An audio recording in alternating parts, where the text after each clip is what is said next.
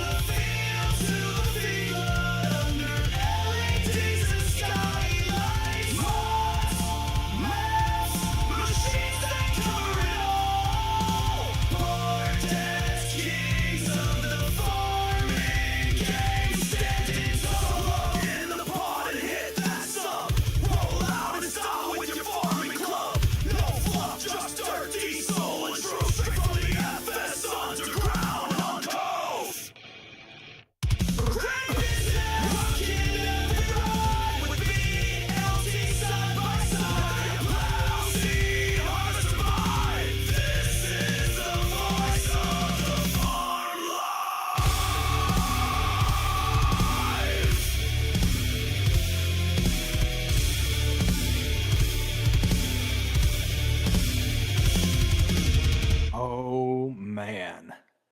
Does that just hit so good? I think that hits amazing. Holy smokes. So do I. Oh man, every time I hear it, I just get so pumped. I'm not kidding you. I probably listen to that probably like 4 times a day plus. Oh yeah. Yep. Yep. Yo, he just dropped a new Oh song today. man. Yes, he did. Yes, he did. So, anybody who's interested in the creator who created Agribusness tonight, the song, go check out Munchie's Plays. He's also there in the chat, as you can see. Munchies, thank you so very much, man. That is, oh, love it. Love it. Gets me so pumped for this show. Oh yeah, absolutely 100%. Thank you. So, um, well, I think the first thing we're gonna start off with here is Tuesday. Tuesday is a big day. Yeah, it was. No, Tuesday's this upcoming Tuesday is gonna be a big day. Oh, I thought you meant last Tuesday. What No, is the big day about Tuesday? We've got the new something coming up, don't we? new DLC drops. Yeah, we do. Man, I'm excited. I think it's going to be a good one. We got things like Ford and uh, Got more oh versatile. goodness, yeah, yeah, Versatile, Ford, GEA. GEA. Is it GEA? Yeah, I'm excited for that. Yeah, Yeah, there's also Trout River. You know, yeah, Trout River. the one thing about that's a bulk trailer, and I feel like that's going to be great for silage too, for doing chaff work. Oh, for sure. Yeah, yeah. Plus, Did you figure? Did it give a literage for that one? that one. Let's see here. Well, let's have it showing up right here. Let's see here. So that is going to be, let's see here, 36,400 liters. Ah, So I mean, really, 36,000 not that much compared to some of the other ones we get. yeah, but I mean it's mainly used for. I mean, a lot of people use it for like construction work. True. They also use it a lot for like hauling fertilizer and stuff like that because it's easy to haul. So here, Well, it's got that rear lift deck in it, yeah. so you can actually like load into things. So that See, makes sense. see, I feel like that one. I feel like that one's gonna be really good. The only reason why I say that is because you can go on top of the bunk and actually unload from there instead of having to dump. Yes. Yep. So I also feel like it'd be great too because if you think about it, the only reason why I think that'd be great for doing forage work is because you can have that out in the field and then back up to a trailer that's on the side of the road and dump into it. Yeah. Oh yeah. No, I think that's going to be a very versatile trailer. Plus, we have the Brandt 2500 DXT, which requires 500 horsepower and holds Yeah. 88,000 liters. Yeah, that thing is an absolute behemoth. I mean, I'm mad about that only because I don't really use auger wagons that often. Mm-hmm. I'm excited for the Trout River. I'm excited for the Selford Independent Series 1260 disc harrow. Requires 600 horsepower. Has an 18 meter working with. Yeah, that'll be nice. Yeah, 18 meters for nice that's what, cultivator, I believe? Disc harrow. Disc harrow. Sorry, Bleh. and, I mean, we'll get more into it on Tuesday, but there's a lot of good stuff in here, including one thing I know a lot of people have been asking about, and that's the Fendt Rotogator 900. Yeah, no, that one's gonna be nice because you said it takes both sprayers and didn't it take a solid tank as well? So there's actually three configurations to it. So you got a sprayer, which can go up to 40 meters. That also has a dry box that spreads fertilizer only, no lime. And then also has kind of like an air boom, like the Selford air boom applicator. Oh, nice. So, which doesn't do lime as well, just fertilizer. So, I mean, it is what it is. But also, another big thing that I want to announce, which unfortunately I ran out of time because I'd used the facilities before How dare you? I got down here. But a massive shout out to my wife though for doing this. But I am now at 50 followers on Twitch, Booyah. so that's awesome. So Heck yeah, congratulations. thank you. And also, before we continue off, I just want to put this over here real quick. There. Uh, if you guys haven't yet, I actually changed this up. You can ignore in the top left hand corner. There's a Twitter thing. I don't have Twitter, but you can find me over on Twitch at Steiner24. You can find me over here on YouTube, Will T Gaming FS Encyclopedia, and you can also find me on Facebook if you want to see up to any new mods, updates, news, stuff like that. Will T Gaming FS Encyclopedia. So, yeah, I did that a little bit different. So. So Very nice. Yeah, no, that's really awesome, man. So what's the min requirements there over on Twitch? I really don't know much 50. about it. So, Oh, is it 50? so you have to hit 50 followers. You have to have up to 3 people watching consistently, and then you have to stream for at least 8 hours within 7 days. Oh, dang. So, not bad.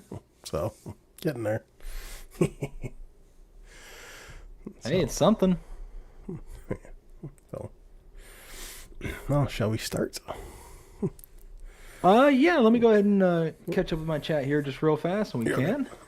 So we got Jonah starting us off strong, saying hope it's bigger than 1.3. Oh, no. No, Jonah. 1.3 is big enough. How you doing, Jonah? Hope you're having a fantastic day so far. Ken, how you doing? Hope you're having a great one as well. Says LOL Jonah. Munchies plays.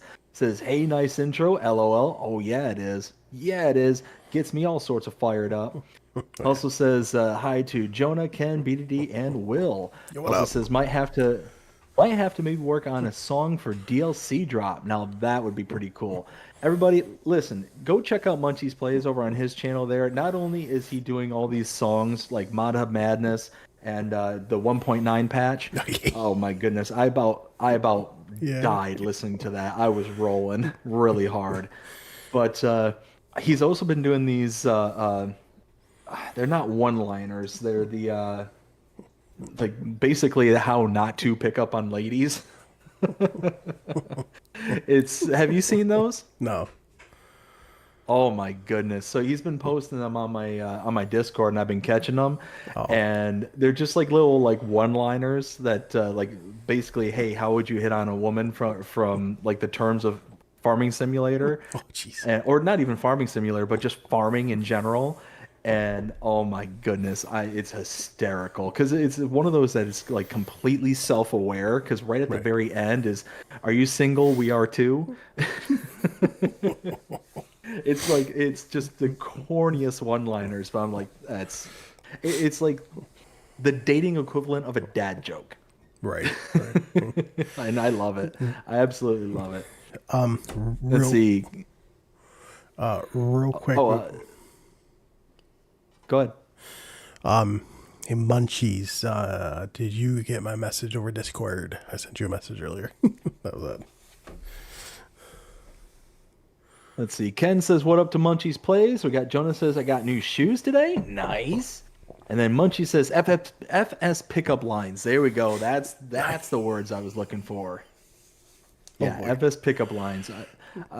Dude, I'm telling you, hysterical. There was one that I was almost in tears, just laughing so hard. Oh jeez. Yeah, go check out Munchie's plays at his channel there on YouTube, and you will not be disappointed. Right. And I'm all caught up. Perfect. Perfect. Well, yeah. Plus, I got my own stream room now. I'm working. I'm Booyah! working on getting it all set up. So, Nice. all right, let's see here. So, so the first one we're gonna start off with is the Merlot P41.7 Turbo Farmer. This is by the ARM team. This is gonna be 8.20 megabytes to download. You have a base price of $90,000.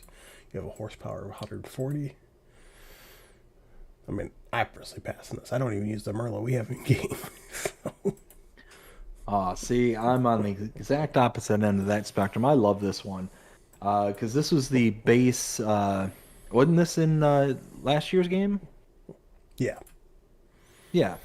So, yeah, I love this one. This was what originally got me into the telehandlers as deep as I've gotten into because this one started the whole like 3-point link on a telehandler so you could actually use it for more than just, hey, let's carry a few things around the right, farm kind of thing. You could actually use it as part of your integral equipment. You can see it right here in this screenshot that the 3-point link and this one here, actually using the roto disc behind it. So, I mean, it's an incredible piece of machinery, and yeah, it's so versatile. I remember using this a ton in my Let's Play series over on Pelinier.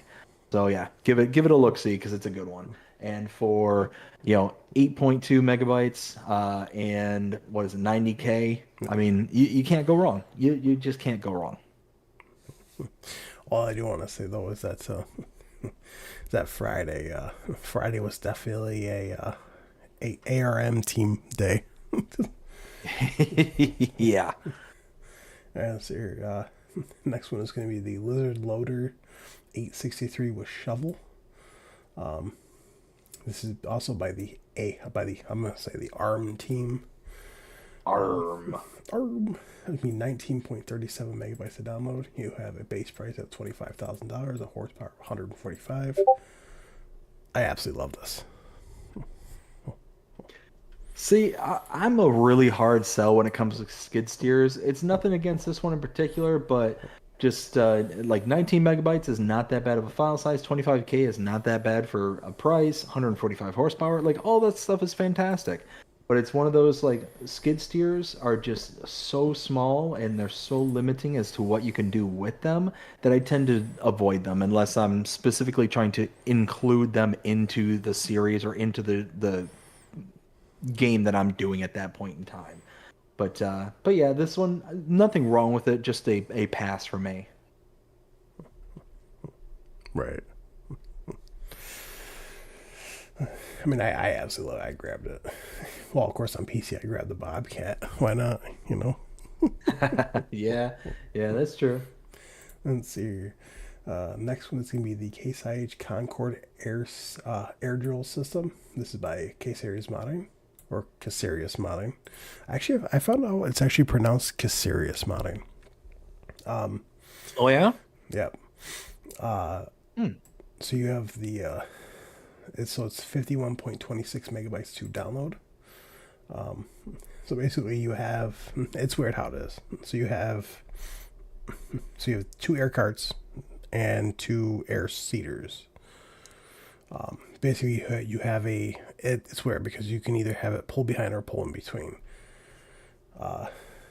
So you have the so let's see. So you have the 2400 Concords. So you have the 2400 Concord specifications. Seat capacity 7,620. Fertilizer capacity 3,600. I like how they actually divvied that up too, to figure it out. Mm-hmm. You have a price tag of $18,000. You have the 2300 Concord specifications. You got seat capacity 7,020. Fertilizer capacity 3,200. The price tag $18,000. Exact same price. And then you have the SDX30 drill specifications.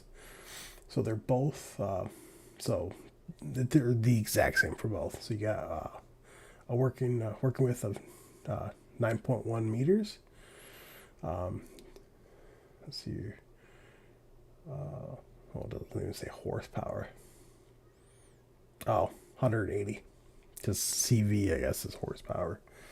Because Caserius Modding is actually from Brazil. Okay. And you have a price tag of $45,000. I absolutely love this. I think it's nice in theory, but in practice, I mean, 52 megabytes to install, that's a big pill to swallow for me. And then you're talking, yeah, four different objects, two different carts and two different seaters.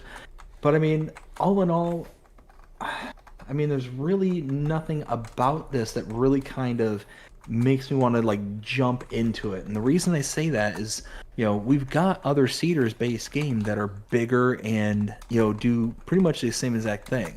If I can actually find, there it is. I mean, this is what, a 9.14 meter working width? Yeah, 9.14. Yeah. So, I mean, you've got the 15 meter Amazon or you got the 12 meter Lemkin, for, it's probably around the same prices. Well, no, this has actually got a pretty decent price to it. You got 18,000 for the cart and then you got, 45,000 for the actual drill itself. So, I mean, yeah, you are going to save a little bit of cash, but then you're going to, invest in that megabyte size. So it's going to be one of those where it's going to be up to the individual person. This is going to be a really good one for like the American maps with the big American size fields and all that. But all in all, this is going to be one I pass just because of the megabytes. I gotcha. I gotcha. I use that a lot in 22. Let's see here. Uh, Next one is going to be the John Deere 8350. This is by the ARM team. Arr. This is going to be 7.74 megabytes to download. You have a price tag of $6,000. You have a horsepower requirement of 60. You have a working width of 5.2 meters. You have a seed capacity of 830 liters. You have a fertilizer capacity of 830 liters. I absolutely love this. This one's really nice. For 8 megabytes, you get a nice little seeder. It's gonna be, it's gonna be your little itty bitties, your 5.2 meters. So it's not that huge, but it's also not that expensive for $6,000. You're talking, what is that? 5.2, Yeah. Okay, probably around the Poniger AeroSim VT 5000DD at $101,500 for that thing. Like you're saving a ton. You're almost saving 100K just right off the bat, just by getting this as opposed to this, and you're gaining an extra what zero point 0.2 meters, so you're spending so much less and getting so much more. Right. So yeah, I think it's awesome. And can't you daisy chain these together? Yeah. Yeah, so Yeah. you can extend that 5.2 meters out to, what, 10.4, or I think I even saw a picture in there that had three of them, Yeah. connected together. So what, 15.6? It's like Uh-oh, endless. what'd you do? Yeah. Yeah, can't, I mean, you could if you, in theory, if you had enough horsepower, you could probably go out to like 40, 50, Yeah. 60 meters, like some ridiculous amount. Right. It's like I had enough I think that'd to be oh, I got enough here just to do one field, one swipe. That would be amazing. I would love to see somebody get that on video just to be like, okay, I did I it. just got everything all in one pass and just whoop, and it has to be on a map like Alma or something like that, or it doesn't count. Four fields. Oh my goodness. That would be something Jonah would do. Right. Speaking of Jonah, he says, "Hello, my friend. Hello, hello, good sir." Let's see. Oh, here you go. So that was John Deere by brand. Here you go. You got the Case 5100 by the ARM team. It's literally the exact same thing, just case. It's gonna be 7.73 megabytes. It's still the exact same megabyte. It's the exact same price, exact same working with, exact same everything, just case. So take everything I said before, copy and paste, and improve it because it's case. There we go. Oh, so you mean improve it because there's something wrong with it? Got it. So I mean, possibly something like that. I mean, who knows? If you want to read too much into it, then yeah, you can go into that. But If it's red, keep it in the shit. oh no, Well, see. that was pretty good. I'll give you that one. Well, now going back to my favorite, you got the John Deere Balers by the ARM team. Yo, I made a comment on DJ Goham's mod video, and then he ended up commenting back. But I was like, yo, it's like a war with the ARM team. Well, they can't decide who they want to go with. And he put a laughing emoji.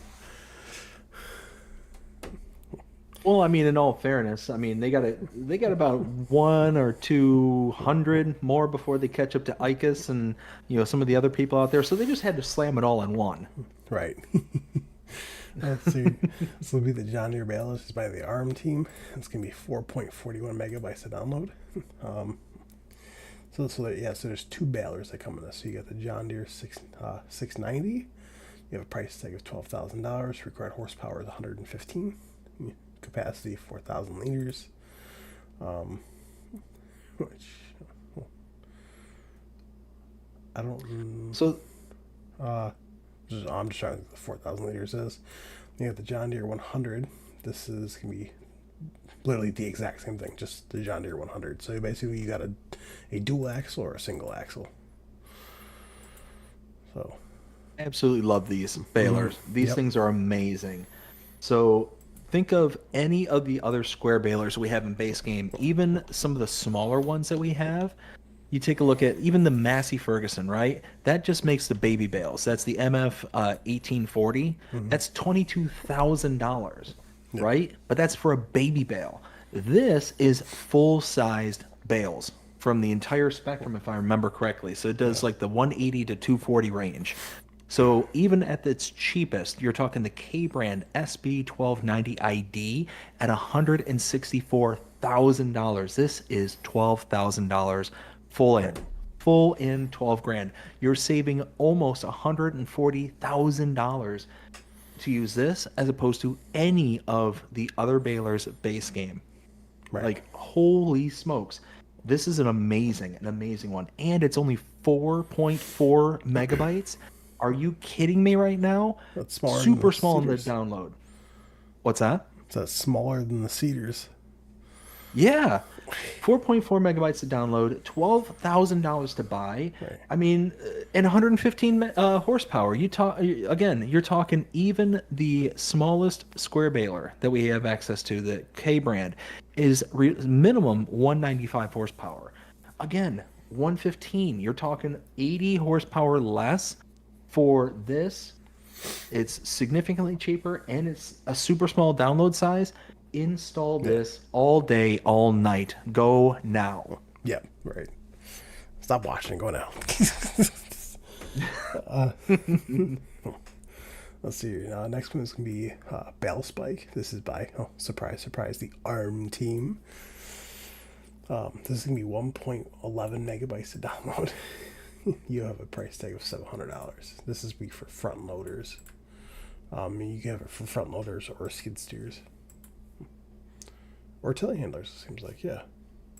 This was a pass for me, but I mean, for 1 megabyte to install and an extra $100, you can have this as an option. I do like it because it's got the long extension arms on it, as opposed to like the base game bale spike. It doesn't have that. So this is intended to be able to stack multiple bales onto the same spike, which is really nice. So you can use this for the round bales, as you saw in the previous picture there, or you can use this for square bales and just have, two, three stacked right on top of each other. It's nice. It does give you an option, and it's only an extra $100 than the regular bale spike. And again, for what was it, 1 megabyte? Yeah, less than yeah, 2 megabytes to install. If you like using like just actual bale spikes and actual equipment where you actually have to go through and do the work, then this is a good option for you. aka realism. Realism. Let's see. Next one is going to be Apple Tree. This is by Omatana. This is going to be 17.45 megabytes to download. So you have Apple Tree, singular, that's one. Price tag $1,000. It's expensive for an Apple Tree. You have an Apple Tree Group, price tag $4,000. Then you have the Juice Production, price tag is $10,000. Which you can do apple juice, grape juice, and raisins. And then you have the Market Stall for fruits. This is the sell point. You have a price tag of $500.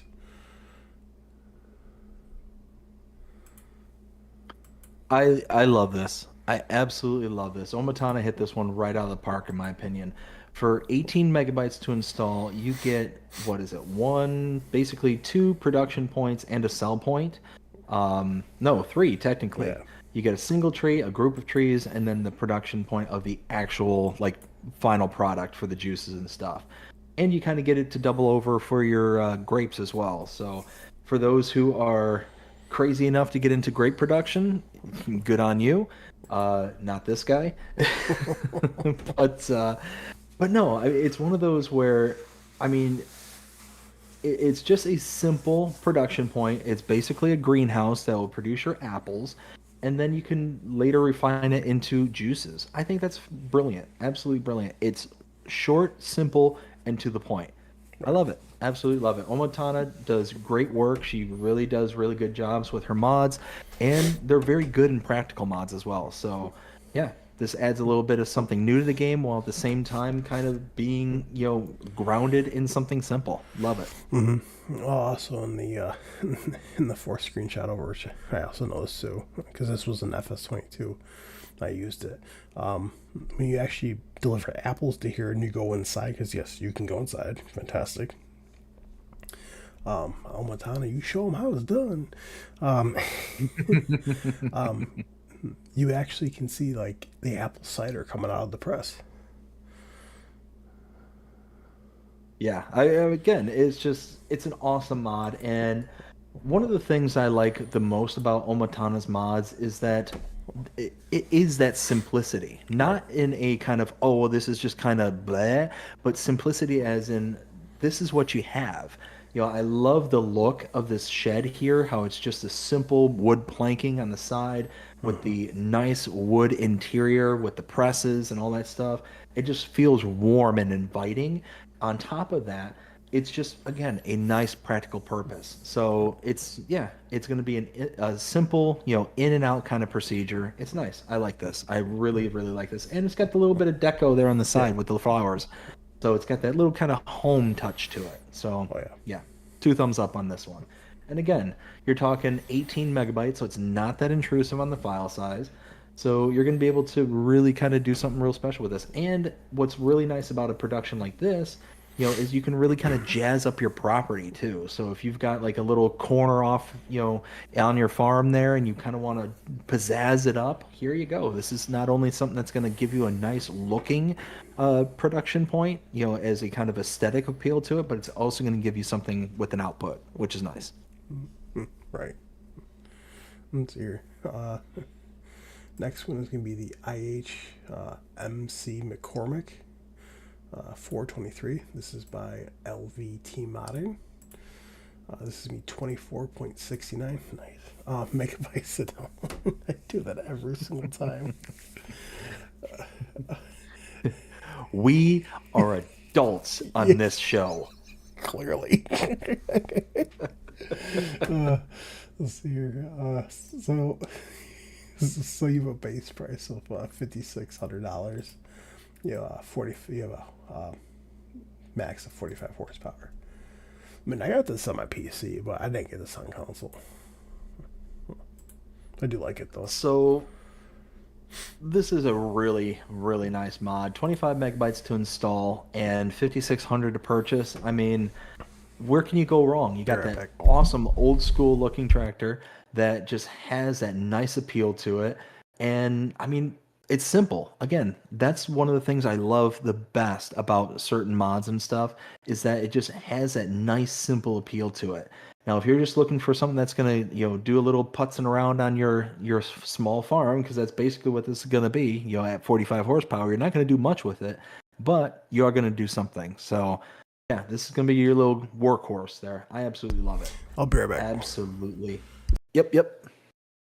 I'll go ahead and continue on here. So we are next getting into the JCB Teleskid by the ARM team at 14.15 megabytes to install, 58,000 to purchase, and 74 horsepower. So you are talking, this is a nice little piece of machinery, the JCB. So you're talking again, kind of going back to what I was saying before about skid steers. I'm not huge into skid steers, but nothing wrong with this one in particular. Again, 15 megabytes to install, so not that much on the install. I'm back. 60,000 to purchase almost, and at 74 horsepower. Again, if you're looking for a little skid steer with a kind of telehandler arm to it, it's nice. Go ahead and check it out. What do you think there, Will? You just call me Jay. I almost called you JP. I absolutely love this thing. I think it's absolutely phenomenal. I actually got one on my farm on my Xbox. So, Nice. It is nice because it is kind of like the best of both worlds. That right. small, compact unit of a skid steer, while being able to extend out and have that extra reach of a telehandler. So it is nice. Oh yeah, 100%. Let's see here. Next one we got the Lizard Columbus pack. This is by HG Model. Nico Do 55. Let's see here. It's going to be 16 megabytes to download. You have the Columbus C240. Excuse me. You have a price. You have a base price of $48,160. I'm making sure that the mic can't pick up the story thing my wife is playing. So your capacity range between 25,200 liters to 39,600 liters. Then you have the Columbus C320. You have a price tag of base price tag of $54,450. Oh, I'm out of breath. Capacity of 30,300 liters to 47,400 liters. This was a pass for me. Yeah, so this is going to be a pass for me as well. 16 megabytes to install is not that bad. Looking at the price, $48,000. That's a bit high for a trailer for me personally, because again, I look for $1,000 per thousand liters, and this one kind of blows that one out the water at nearly $2,000 per thousand liters. So, hence the reason why I tend to skip on this one. So, yeah, I mean, it looks nice. It's got a nice looking, kind of model for it. But all in all, it's a trailer. We've got tons of options for trailers. Right. And yeah, that's why I can be so kind of discriminating towards my tastes in the trailers and I kind of stand firm on that $1,000 per thousand liters because we have so many options. Right.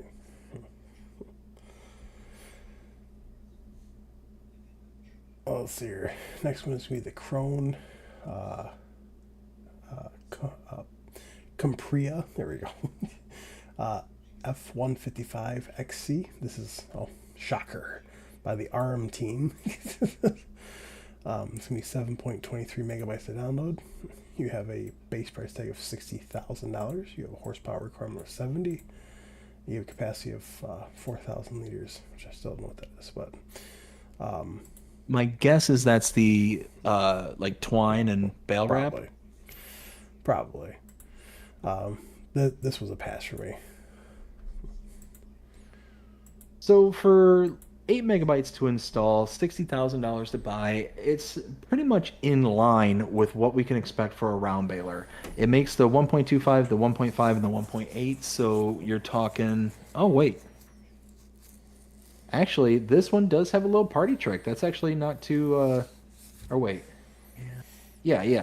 So that's actually not bad. So considering that we have the Gavile G1 F125, that only makes 125 centimeter bales. So that's the little small round bales.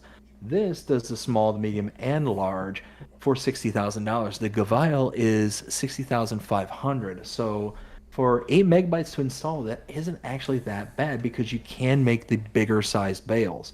So yeah, I think this is actually a pretty decent one. I would go ahead and pick this one up.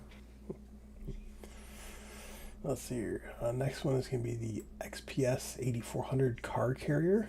This is by Squizzles.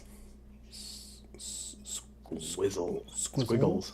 Squizzles? I don't know. I love that name though.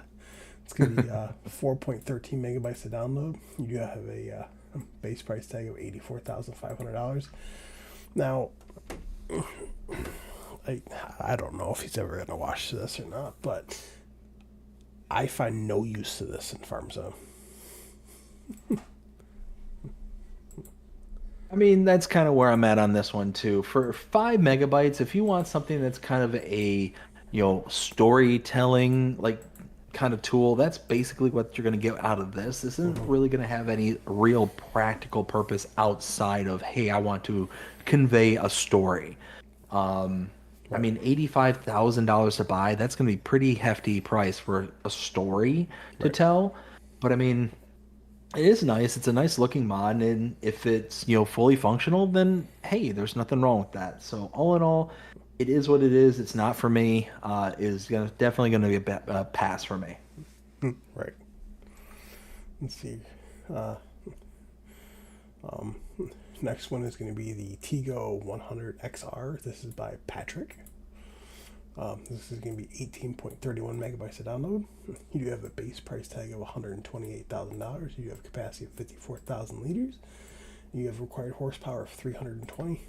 Um, there's a problem. So if you look at the Fent, that's fine. You look at the Lely, which it looks fine. But when you go to configure it inside the shop on the mod hub, the Fent is fine. When you go to Lily, it literally says Lely Ent. And Oh no, so like combine the names. yeah, so literally take Lely and then just take the F off of Fent. And then Lily, so it Lily said this because I was so laughing so hard from DJ when he said this, but it Lily said Lily Ent Tigo 100 XR.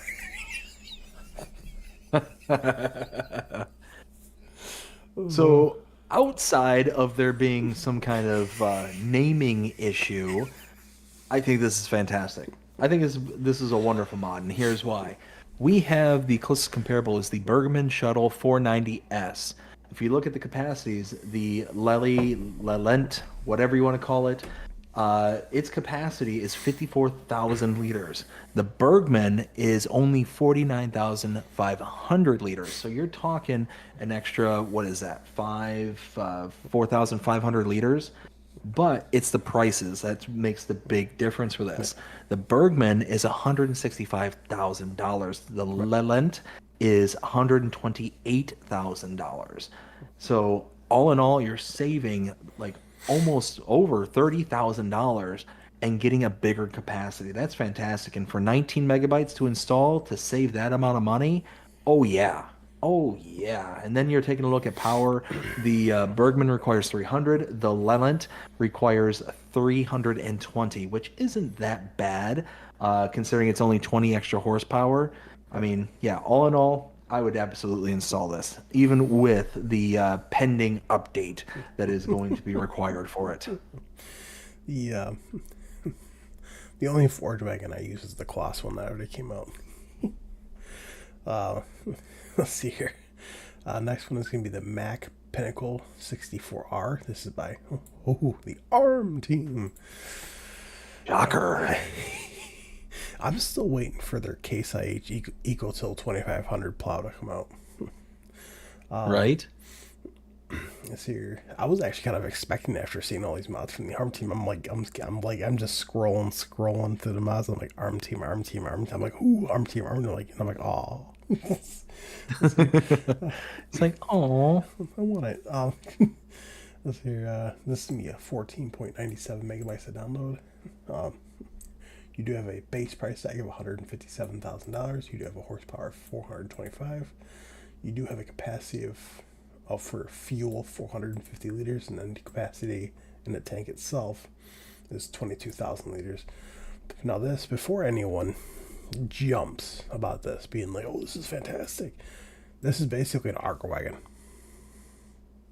on a truck because it only takes grain like your normal and anything your auger wagon will take. Typically, this will take. So it's not multi-fruit. so I wonder if that's going to just require an update, maybe, unless they did that on purpose. But I would kind of I feel like actually, that would be a weird. I actually reached out to the ARM team and I asked them if that was a mistake or not, and they said no. Oh, really? Oh, well. So So there's really no good comparable for this one in particular, uh, because it is a kind of combination. So the closest thing that we have is the International CV series, but like I said, there's really no comparing the two because they are just in complete different leagues. $157,000 to purchase this as compared to the 67,500. But again, it's they're so radically different because of the size. right, 22,000 versus 3,500. So you can see it's not really a good comparison. So if you're looking for a truck and a built-in, trailer all built into one, here you go. Here's your options. And for 15 megabytes, I mean, it's not that bad when you consider the file size. But all in all, yeah, this is probably gonna one I'm gonna sleep on because it's just I right, can get a truck, base game Again, we're talking 157,000 for this one. So you're talking, oh, I mean, really any base game truck is cheaper. Every single one is cheaper. And then you can, put that into a trailer with either more capacity or the Right. ability to have multi-fruit or whatever the case may be. So yeah, I'm gonna probably just pass on this one. Right. Now this next one, which I am gonna quote DJ Goham here, but this is like the new to go thing for if you're hauling any liquids because it holds everything, which is absolutely phenomenal, and it does have real capacity and unreal capacity. So the next one's gonna be liquids handling truck train. This is by BDBSSB. What a name! And Dogface. I was about to say you're getting awfully close to my name there, Buster. Yeah, BDBSSB. yeah. You're approaching on my territory there, good sir. This is gonna be 18.21 megabytes to download. So you have the Anthem tanker, which is the truck itself. So you have capacity options between 8,000, 20,000, or 40,000 liters. You do have a price tag starting at $100,000. Basically, like I said, it holds everything. It holds all your liquids. So your water, milk, diesel, DEF, which is PC Mac only, liquid fertilizer, herbicide, slurry, digestate, silage additive, sunflower oil, canola oil, olive oil, grape juice. That's for all the tankers. Then you have the MKS 25 semi trailer tanker with hitch and optional dolly. Oh, I need to take a breath after that one. So the capacity for this, you have a capacity range between 26,000, 50,000, and 1 million liters. You do have a price tag, base price tag of $46,000, and then you have the MKS 8 trailer tanker with hitch. Literally, it's the exact same your capacity options as the trucks. Got 8,000, 20,000, 40,000 liters. You do have a base price tag of $25,000. I absolutely love this. Same here. I mean, for 19 megabytes, I mean, really, the truck and trailer, it is what it is. I've never been one where I want to necessarily buy the truck and component all in one. Right. I don't mind those ones like with 82 Studio where you actually have the attachable components. Those are totally fine. But these ones where it's like actually built into the truck or into whatever, those ones I really don't care about. But because this includes all these individual trailers as well, that's what makes this a really, really good mod because you get all these various different components that allow you to accept all the various different fill types. So yeah, for 18, 19 megabytes to install, and you get all these various different trailers that will take all the various different stuff. I love it. It's fantastic. See, I absolutely love it because it holds all the liquids. So Now, do you know, does it hold not just all the liquids, but all the liquids like that get added in as a yes, kind of additional? yes, Oh, so see, that one there is really powerful because there's not too many tankers out there at this point in time where if a map has a individual component that is a liquid, where the other trailers will actually accept it. They typically will have a built-in trailer in the map right. to accept that component. But these ones are so much more powerful because they will accept those other components, which is awesome. Plus, well, besides the truck itself, both trailers also have hitches in the back, so you can easily just dolly chain them if you really wanted to. Beauty. I love that.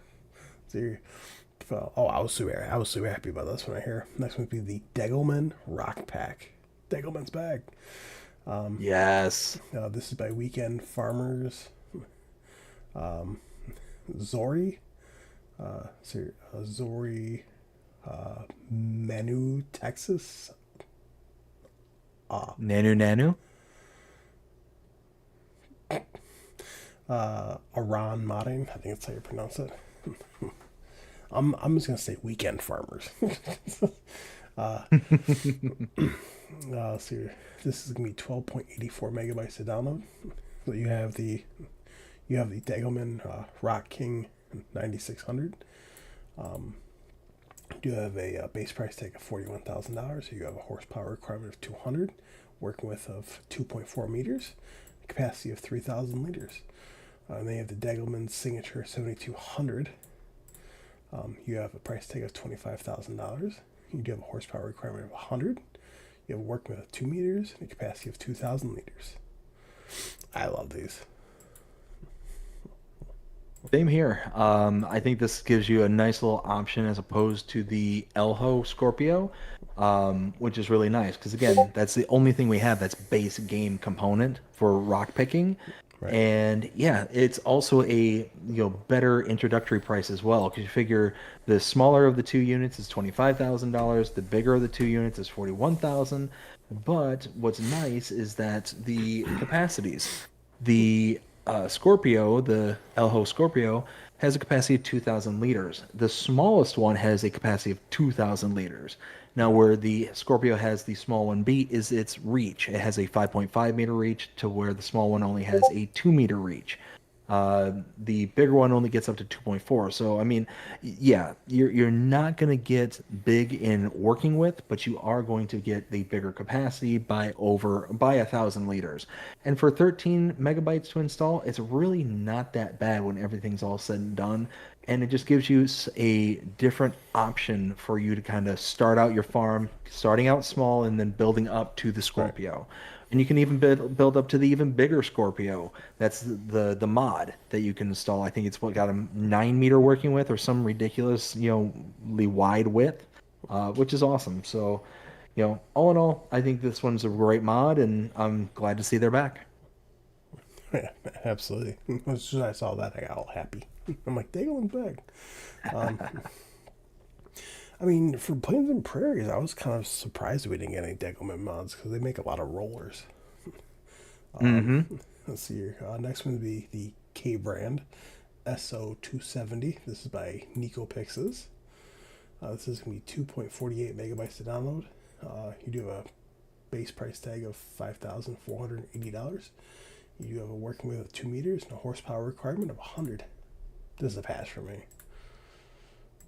Yeah, so I mean, this is just a subsoiler. So I mean, it's one of those where it's so incredibly small that it's going to be a pass for me as well. I mean, but in all fairness, like less than 3 megabytes to install, $6,000 to purchase it. It's only $5,400.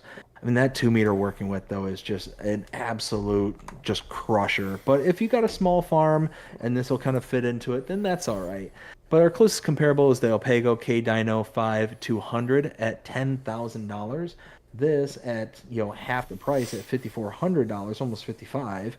I mean, that's not too bad. They're same exact working with at 2 meters a pop, and the the horsepower requirements for this one is 100, to where the Alpago is 90. So I Right. mean, all in all, this is a nicer option because it does save you about half the price. But really, the Alpago is only $10,000, so it's not that much that you're going to save in the long run. And yeah, it's just not going to be my favorite just because of the working with, but Right. it is what it is. That's here. Next one's going to be Elm Creek Placeables Pack. This is by Puma145. See, I'm thankful this is out because that means Elm Creek's like right behind it. Yep. Let's see, this is going to be 110.88 megabytes to download. Yeah, I'm not going to read all these off, but yeah, there's 14 things in this pack. Basically, if you like placeables from Elm Creek, like the farmhouse, the water tank, or the water tower, the sheds, gas pumps, stuff like that, well, it's all here. So 111 megabytes to install for That's a pass for me. basically decos and farmhouses. For me, yeah, it's a pass, but if I was going to install and play on Elm Creek, I would love this. I Right, absolutely love it. But I don't need Elm Creek vibes so badly that I'm gonna put in 110 megabytes, 111 megabytes right, on my console. So all in all, I think that it'd be just so much better to just go ahead and pass on this because I don't need it that badly. I just don't. Right. Let's see. Your next one is going to be Marketplace. This is by Omatana. This is going to be 16.81 megabytes to download. Um, yeah, so basically you have decorations and then you have a couple selling points. Um, but the one thing I do love about this is that so you have one selling point that basically everything is there. Um, and then you got other selling points that will basically fill up when you bring them there, which I think is fantastic. And then you just have decoration. Again, Omatana, she nailed it and knocked this one out of the park. I mostly care about this one as being selling points, but for 17 megabytes to install, you do get the options of having, like you said, the sale points that actually, fill up as you put stuff into it, like the Yeah. kind of farm markets that we have base game. Kiosks, yeah. Uh, I mean, all in all, I think it's fantastic. And again, they are simple, and I love that Omatana can make these just simple, nice little designs and make them so powerful and you have so much utility behind them. So again, Yeah. absolutely love it. I think this is a good one if you're looking for just a general kind of sell point, not even general sell point, just several sell points. Yeah, I think it's awesome. Yeah, install, check it out. Yeah, 100%. Now, if you love doing pigs, this is a perfect one. Next one's going to be American Pig Feed Mill. This is by Matsy, or Matsy Modding. Chuck Matsy! This is going to be 8.35 megabytes to download. You do have a base price tag of $249,000. You do have a capacity of 4 million liters. So, if anybody's familiar with the Wasika County map there that just got an update here recently, you'll be familiar with this building because this is the base built-in pig farm, a pig production point. It's fantastic. I absolutely love it.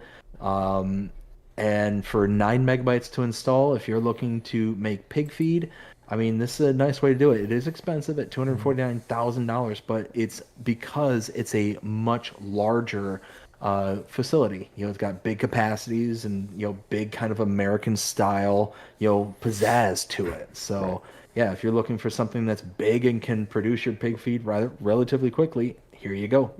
Yep. And 100. again, 9 megabytes to install for all this detail. That's not bad. Yeah. Now, this next one I absolutely love. So, this one's going to be the Central Ethanol and Feed. This is by Schultz Modding Schultz. and and Jacer Shepard. This is going to be 29.81 megabytes to download. Oh, well, for the Central Ethanol plant itself. So it has a price tag of $80,000. The daily upkeep is $500 a day. You do have capacities that range between 500,000 to 1 million liters. Um, let's see. Then you have your modern animal food for cows. So you have a base price tag of $40,000. Capacity is 100,000 to 1 million liters. We're at 10 million. It's one, two, three. One, two, three. Got it. Yeah, that's 10 million. Nice. So basically, uh, so your incoming goods are be hay, straw, silage, corn, gluten meal, cornmeal, and mineral feed. Outgoing is TMR, which there's all different kind of recipes. Which did you know actually in real life you can either use soybean meal or cornmeal that you put inside of a TMR mixer. It's one thing I love about this. Then you have modern animal food for pigs. Exact same price, exact same capacity. So your incoming goods is gonna be corn, oat, Oh, I had a hiccup there. Oats, canola, potatoes, sugar beet, soybean meal, which you can feed the cows, but it's not part of the cow mixture. Sorghum meal and mineral feed. Outgoing goods, pig food. And then you have ethanol sales. So this is a selling point. Price tag of $1,000. You have the animal feed buyer. So you have capacity. You have sell underselling points in the price tag of $1,000. I cannot talk. Basically, one takes all your solids, and the other one, the ethanol, takes all your liquids. So I absolutely love this. And then for the things I know someone's gonna ask, this has like your fast, normal, or slow, your fast, normal, or slow for all the different recipes. So I think it's phenomenal. Yeah, this one's a great one. I mean, it is high on the download side, so it's almost 30 megabytes to install this. That's pretty big, but you do get, basically three different production points and two sell points. But like you were saying, what's nice about this is that it does create multiple different products from things that, I mean, I don't want to say that a lot of people don't because I'm saying I don't. I don't typically Right. go specifically after things like corn, soybeans, canola, or sorghum. It's not something I very often go for, but because of this particular production point, I might actually start considering to, go after these products more often.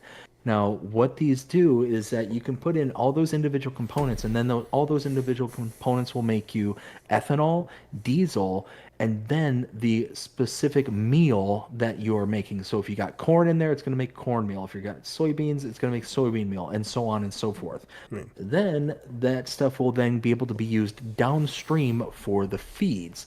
So you can say use, like I think it's soybeans in your pig food. So you get the soybean meal, you then you'll have a recipe for your pig food that will be a kind of substitute for the grander scale of the normal pig food recipe. So if a normal pig food recipe would be things like potatoes and grain and things along those lines, it will substitute one of those products for the meal that is already being produced downstream.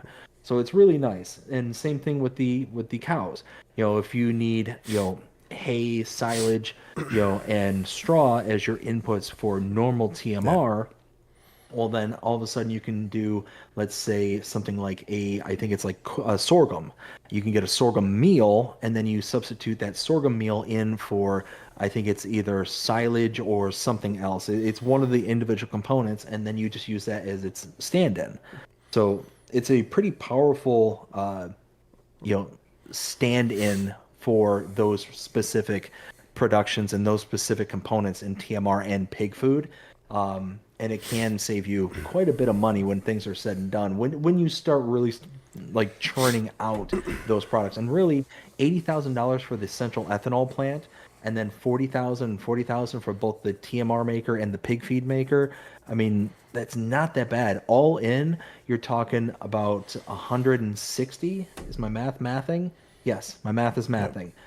And then it's got the couple of sell points there, which I mean, you can cover that with a sell all or whatever, but it does come with these if you want those individual components in there. So, all in all, I love this. I think it's fantastic. And yeah, it's a little high in the megabytes, but I'm okay with that. Now there's one party trick up this mod sleeve. Let's hear it. So when you install this mod and then you go to buy TMR, be very careful because you'll pay more at any place you go. It will charge you more. I think it's like $800-900 per 1,000 liter. But when you sell it, you're making almost $3,000 back per 1,000 liter. Wow. So So it's at the animal feed buyer, is that what you're saying? yeah, for the essential ethanol and feed. Nice. So No, and that's really cool because if you're able to, get the entire chain of events, then you're able to like really kick in some extra cash. Yeah. 'Cause, I mean, you can still make, your normal TMR from just the two components of hay and silage. And Mm-hmm. if you've got this sell point in there that's going to pay you, exponentially more, you could even pad that stuff out with some straw, have normal TMR, base game TMR, and Right. then you're getting a really big payout for it. So Right. could be a little bit of a money maker. Right. Exactly. That's why I said it's trick up its sleeve. uh, see, next one would be utility building. This is by Radix Games. This is gonna be 16.94 megabytes of download. You have a price tag of $15,000. Be very wary when you place this down. Be very And why wary is that? because it's 64 slots. Yeah. I mean, I'll be honest with you. I saw it's 17 megabytes, but then I'm seeing the screenshots and seeing that it's so highly detailed Mm-hmm. that I knew right away it was going to be really high up there.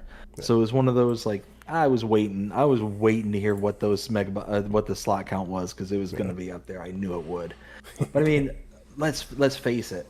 It might be worth that Right. file size. You're working on a small European style map. This thing is absolutely gorgeous, Right. highly detailed.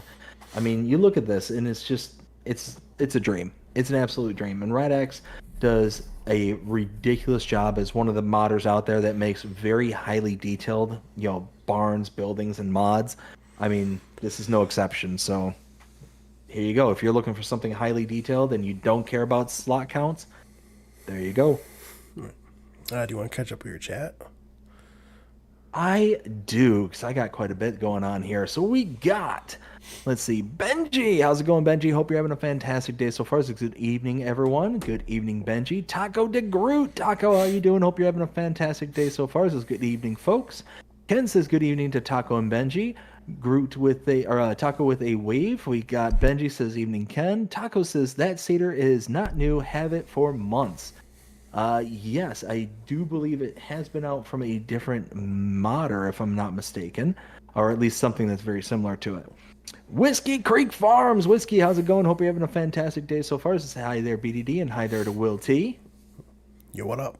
We we got Jonah says you're totally correct. I would definitely do that. I know you would. I know you would. 4 fields with about a bajillion of those John Deere cedars right next to each other. Or case. Oh my goodness. I'm highly expecting a screenshot here within the next couple of days of sent by Jonah. It's like, here you go. I did it. Benji says, hey to Jonah. Ken says, on Alma, I chaffed 2.25 fields of corn and got just under 1.9 million liters off of them just for it to turn into silage. Nice. Very nice. Taco says, Omatana takes care of you. Yes, yes, she does. Oh, she does. She does a fantastic job. Benji says, has anyone checked the supermarket package? That supermarket package, if I remember what one that is absolutely nuts. Absolutely nuts. I think that was the one that had like a whole bunch of different components all tagged into the same one. Yeah. Yeah, yeah, it's crazy. Let's see. Munchie Plays says back. Sorry, was checking out the upcoming DLC and getting ideas for the next song. I think I might try it. That's awesome, Munchies. Absolutely give that a try. Oh, can't wait. Samuel, how's it going? Hope you're having a fantastic day so far. Says, hey, BDD. It says, I'm sorry, live stream late. No worries there, Samuel. No worries whatsoever. No need to apologize. Hope you're having a fantastic day so far. Samuel also says, hurricane season 2025 today, June 1st. Until November 3rd. Oh, I know. I know.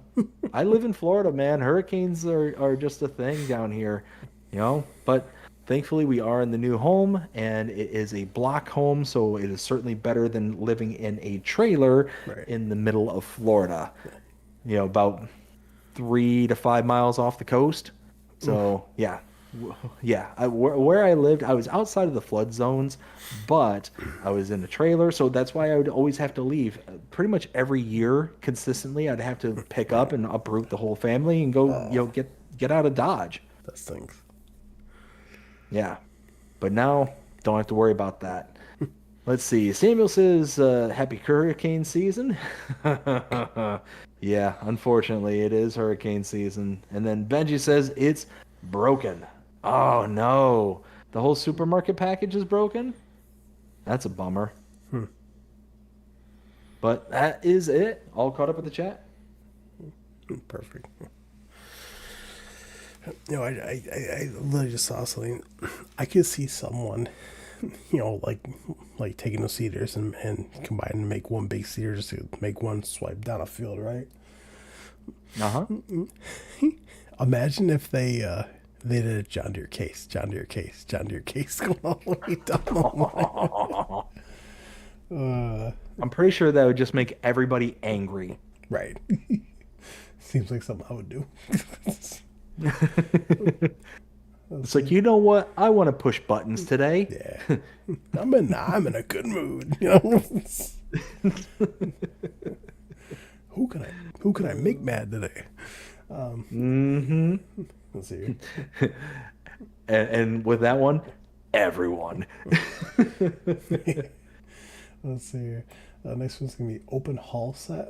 This is by Reitner, Retner, Reitner, modding. This is gonna be 14.01 megabytes to download. You do have a base price tag of $35,000. This is a pass for me for these. Yeah, same here for me. I mean, there's just nothing about this that really kind of stands out for me in particular. About 15 megabytes to install, so it's not the bad. $35,000 to buy. It's a small building for what you're getting, big enough for tractors and vehicles and stuff like that. But I mean, really, for 15 megabytes, I think I can spend that somewhere else. Potentially even Right. get a bigger building, something that will actually be more utility focused. To where this is very kind of small and niche. So yeah, this is gonna be one I'm gonna skip on. Right. Let's see here. Next one is going to be Potato Hall. This is by Agricadabra and Pluge. This would be 27.46 megabytes to download. And there are several different halls and several different variants of how they are. But basically, overall, what everyone just needs to know is that basically all the sheds are going to be the exact same price tag, $95,000. Basically, they got bunkers, and some of them don't have bunkers. And this is a pass for me, but Now, I will say that this is 28 megabytes to install, 95,000 to buy, but all in all, it's a really nice looking building. It's very highly detailed. I love the brickwork. I love the dirt and kind of debris that's on the siding and on the roofs. It's definitely got that nice appeal to it. But for, 28 megabytes, that's quite a big download, and 95,000 for what essentially equates out to is a loose bunker silo. yeah, So yeah, all in all, I mean, yeah, you can, put your equipment, you can do all this stuff. It is pretty decent sized building, but all in all, this is going to be probably a pass for me just because of the price and the install size. right. Yeah. Next one is going to be Small Diesel Tank. This is by Maka or Maka. This is going to be 6.50 megabytes to download. You have a base price tag of $11,000. Capacity is 15,000 liters. This is a pass for me, but I mean, this one isn't bad. I mean, 7 megabytes to install, and if you're looking for a diesel tank and kind of having a different kind of a flair to it, especially from base game that are just the tanks, this one's got the little covered awning and all that stuff. I mean, all in all, it's nice. It's got a little lighting and all that. So for $11,000, it's not that bad. And yeah, it's just if you want kind of a different look and appeal to it, here you go. But I mean, all in all, it's a fuel tank and nothing to write home about per se. right, right. So your next one is be Traditional Finnish Farmhouses. And this is by Aggregati. This is going to be 60.55 megabytes to download. And basically, you got a bunch of farmhouses. So you have a price ranges between 42,000 and 115,000. Then you have garages. So you have a price range between 8,000 and 12,000. And then you have granaries, price tag between 12,000 and 16,000. Then you have flagpole, $500. Um, this is a pass for me. Now, see, you can slightly go inside, but you literally just go into the front entranceway, and then there's your triggers, and then you walk out. Like, there's no like actual interior. Yeah, so this is a pass for me as well. At 61 megabytes to Yeah, install, I mean, you're talking, yeah, okay, fine. They're houses and all that stuff, but it's just, it's, again, I'm not going to install, 61 megabytes worth of size for, a very specific and niche home style in the whole kind of Finland style that we right. have here. So, all in all, I don't see a need to install this unless I'm playing on a Finnish map, which I don't think Right. we have any of those per se as No. of right now. So this is definitely going to be something for, a up and coming map because I'm sure we're going to get maps in that kind of Finnish style, but for right now, you know, we don't have it and 61 megabytes, I would say that this is a hard pass. Now, where this one would be more acceptable is if these were individual downloads that we could have, like individual models, Right. and then a map came out. But I don't want to install, 61 megabytes worth of homes in the event that when we do get a finished style map, here we go. We've got a plethora of different styles. Right. Exactly. Let's see here. Next one's gonna be Smallwood Shelter. This is by uh, uh, Seven Modding or Sebi Modding. This is gonna be 4.52 megabytes to download. You have a price tag of $50,000. This is a pass for me. See, this one I don't think is that bad. So 5 megabytes to install and 50 grand to buy. Again, it's that simplicity. This is simple, and sometimes the simplest stuff is the best stuff. And yeah, I like it. It's simple, sweet, to the point. Yeah. Next one's gonna be Hedges Pack. This is by uh, uh, Waldgeist. This is gonna be 3.41 megabytes to download.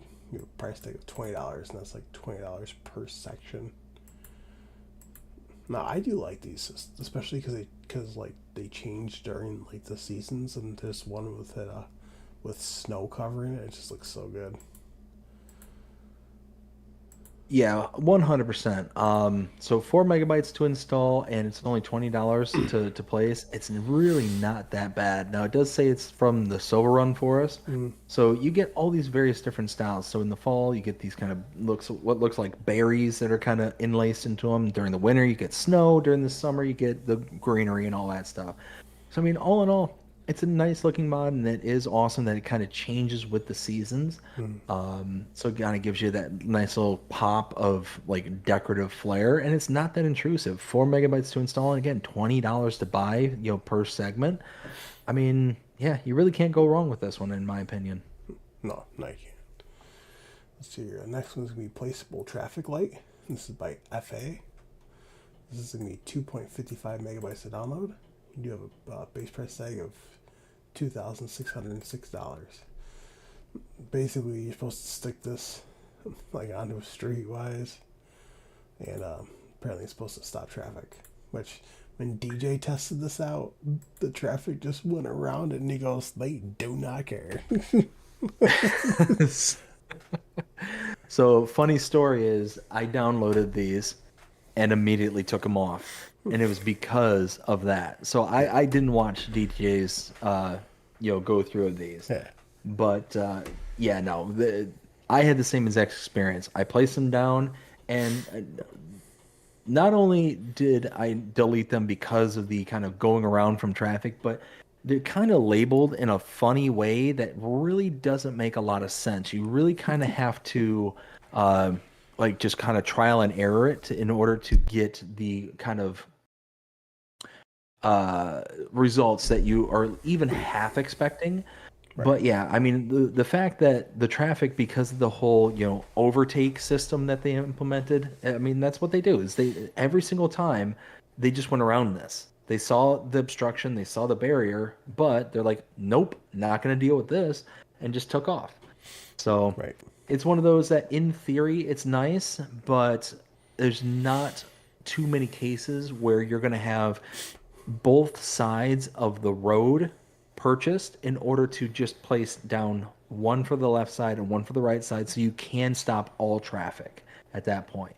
So, Right. all in all, I thought this was good in theory, poor in execution. And I don't think that's anything to do with the modder themselves. I mean, maybe if they extend out the barrier so it's a much longer, like Yeah. invisible barrier, which I think that's all it would take to fix this. But yeah, I mean, all in all, right now, it really doesn't work. Yeah, and then somebody wrote a comment on like underneath his video. Oh, I could not stop. I could not stop laughing. I know. Well, I know that DJ Go ahead and put a laughing emoji on it, but so the comment was, "Oh look, it's just like real life."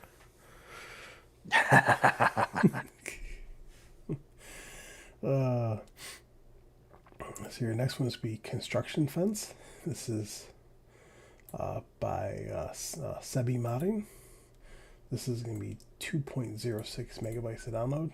Price tag is $70 per section. You do have gates 4 and 8 meter. I mean, this isn't awful, but I don't use a whole lot of fences though. Yeah, I mean, this one's gonna be a pass for me, just Mm-hmm. simply because it's not a particular style that I'm familiar with. That looks like maybe somewhere like I don't know. I've never seen anything like this before, so I'm just going to presume or guess this is something that you would see overseas, maybe in Europe or something like that. Um, but I mean, it's just yeah, because it's so unfamiliar and it's not really a style that I personally would like, oh, hey, that's kind of cool. Right. I'm just gonna pass on this. I mean, there's nothing wrong with it. It's 3 megabytes to install. It does come with the gates and $70 per for the price there. So nothing about it makes it stand out other than just it's not for me. Right. Right. Let's see your last new mod from Friday. It's gonna be a faucet and water tank set. This is by uh, Virgimani modding. For Gemini. No, oh, and Lost Gamer. I know that one. This is gonna be 8.30 megabytes to download. You do have a price tag of $500. You get 3 different optional faucets, but this is a pass for me. And yes, it is free water for anyone wondering. So I mean, for 9 megabytes to install, you do get the kind of, you know, taps for your water. It's not that bad. $500 to purchase. It's one of those where if you want a kind of localized water source, here you go. This is nice, a good option. But all in all, I'm probably going to pass on it because there's so many other styles that we have available to us and other mod packs that I'd probably just go with one of those, especially because this does have that kind of, South American, Yeah, style to it that it's only really going to fit on very specific maps, as it is. So for that, for those reasons, I'm probably just going to skip on that one. right. And then the one update we had, but the only reason I'm going over it because it's a map update, but uh, Wasika Co. Minnesota by Massey Modding. It's going to be 135.51 megabytes to download, and this be changed to 1.1.0.0. Yeah, fixed chicken pen placed on different farmland ID at field 16. Added Schultz Modding's ethanol plant. Added a new recipe to the pig feed mill using soybean meal from ethanol plant. Created a slope into the grain elevator to make it easier to drive in. Lowered the water plane on the lake to allow seeding in all the field surface area. Adjusted the co-op trailers to the start farm so you can use them to purchase products. Created a custom soil map for precision farming. Replace the standard sawmill with a garden center where you can sell animal waste products, and made the lake deeper. Now vehicles can stall out in the water. We'll need a new save game. So for those who have not seen my map update video on this one, number one, I love this map. Go check it Mm-hmm. out. It's a really good one. Um, but this was a really good update. So taking a look at it again, there was the issue where up in the northern purchasable farm, there was a chicken coop that you could not actually purchase, or you had to purchase separately as part of the field that was next to it rather than the Mm-hmm. actual farm itself. Yeah. This one actually changed it to where it's all the farm and field are all one purchase, which is really nice. The Schultz modding ethanol plant, we literally just talked about it just a little while ago. It's the same exact Mm-hmm. mod. It's just been put into the base map, which was awesome. And they did incorporate one of the recipes from it for the pig feed Yeah. mill, which again we covered that as a standalone mod earlier. Um, the slope to the grain elevator, which was I thought was absolutely brilliant because I thought when I was doing the map tour originally, it's like okay, so they took the grain elevator museum from the base map of Riverbend Springs, and they basically made the finished look for it, and they turned it into a sell point. Mm-hmm. But the problem was is that the ramps are so aggressive on Mm-hmm. there that if you've got a long trailer like on a semi truck or something, you're gonna bottom out. Yeah.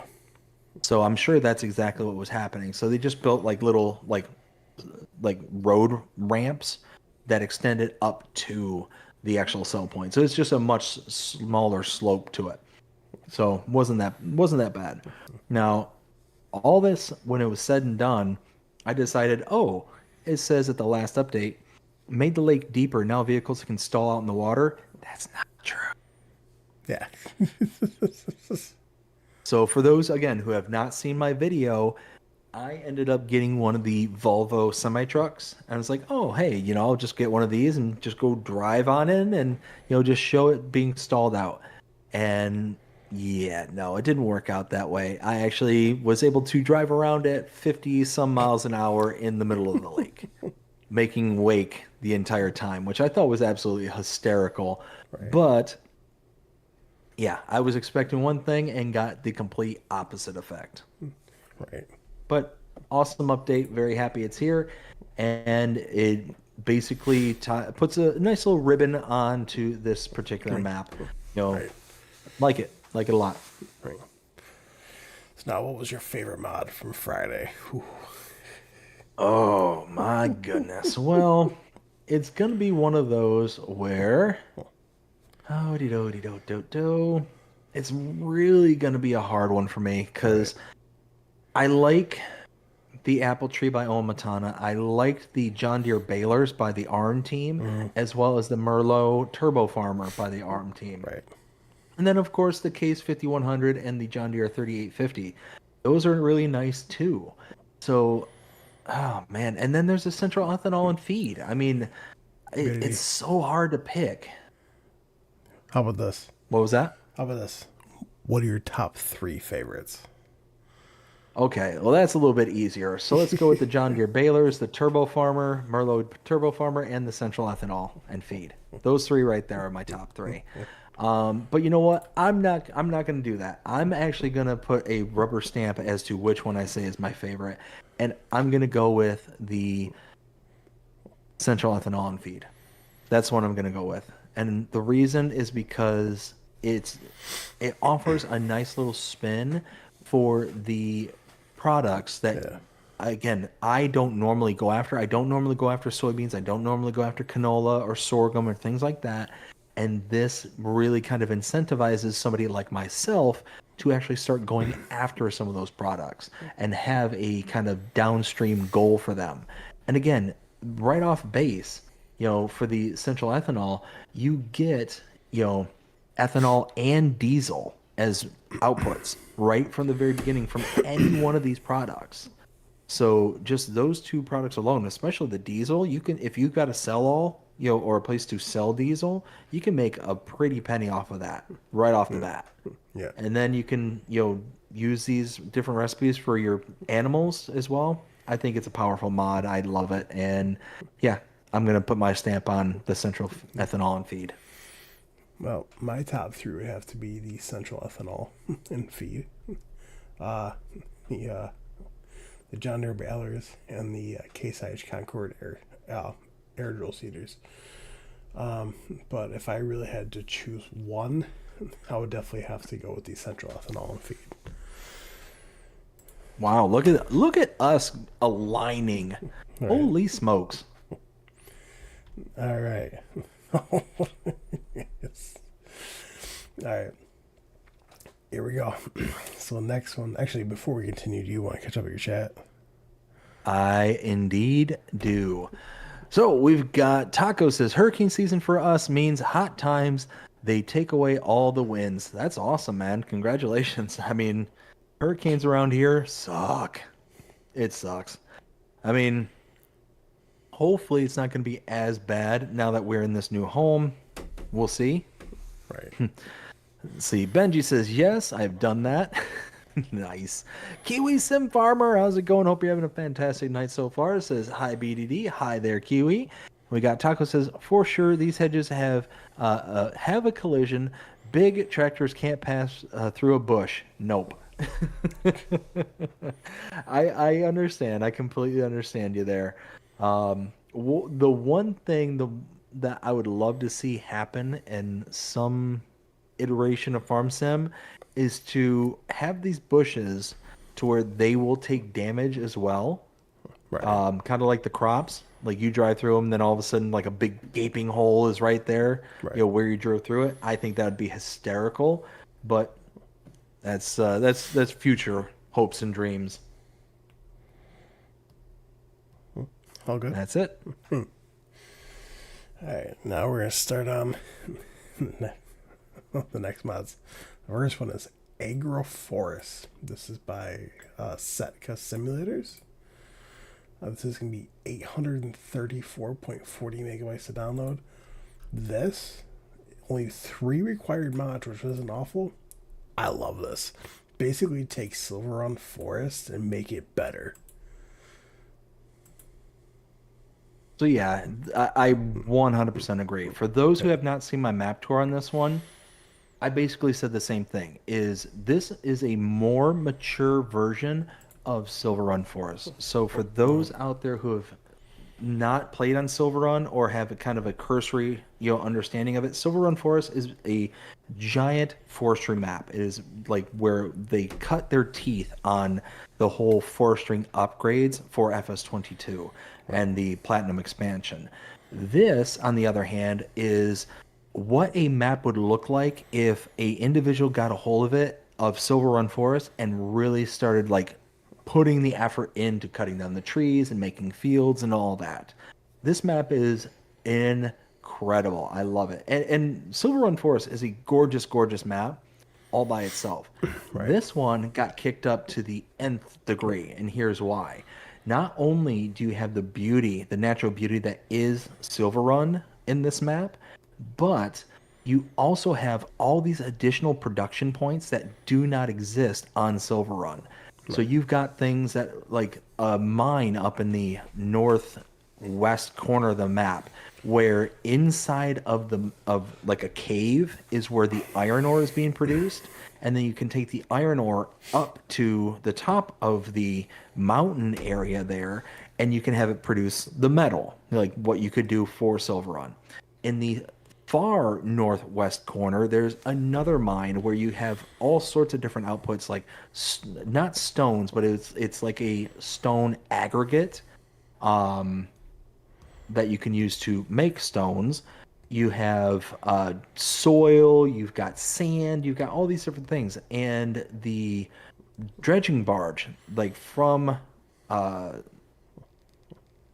Riverbend Springs, it doesn't do stones, it actually does the sand. But what also this map has that I absolutely adored, I adored this feature, is, and you can actually kind of see it in the screenshot here off to the left here, is this boat. It has a usable boat that you can drive down the channels with, and you can load in your lumber, you can load in actual like payloads and stuff like that because it's got a capacity to it. It's fantastic. It's right here as well. This particular boat. So you can actually take this two sell points like the sawmill here and take a whole boatload of lumber to it and dump it into the sawmill, or you can go to the Porta. I think it was called the Porta, but it's basically the port, sell point, all that stuff. This is the northwest corner of the map, this screenshot here, with this particular mining operation. Off to the left side here, you got a dump out for soil. In the middle, you got a dump out for like that stone aggregate. Towards the right side of it, you got all the stones themselves. Like there's just so much in addition to it. Like I said, it just felt like a more mature map.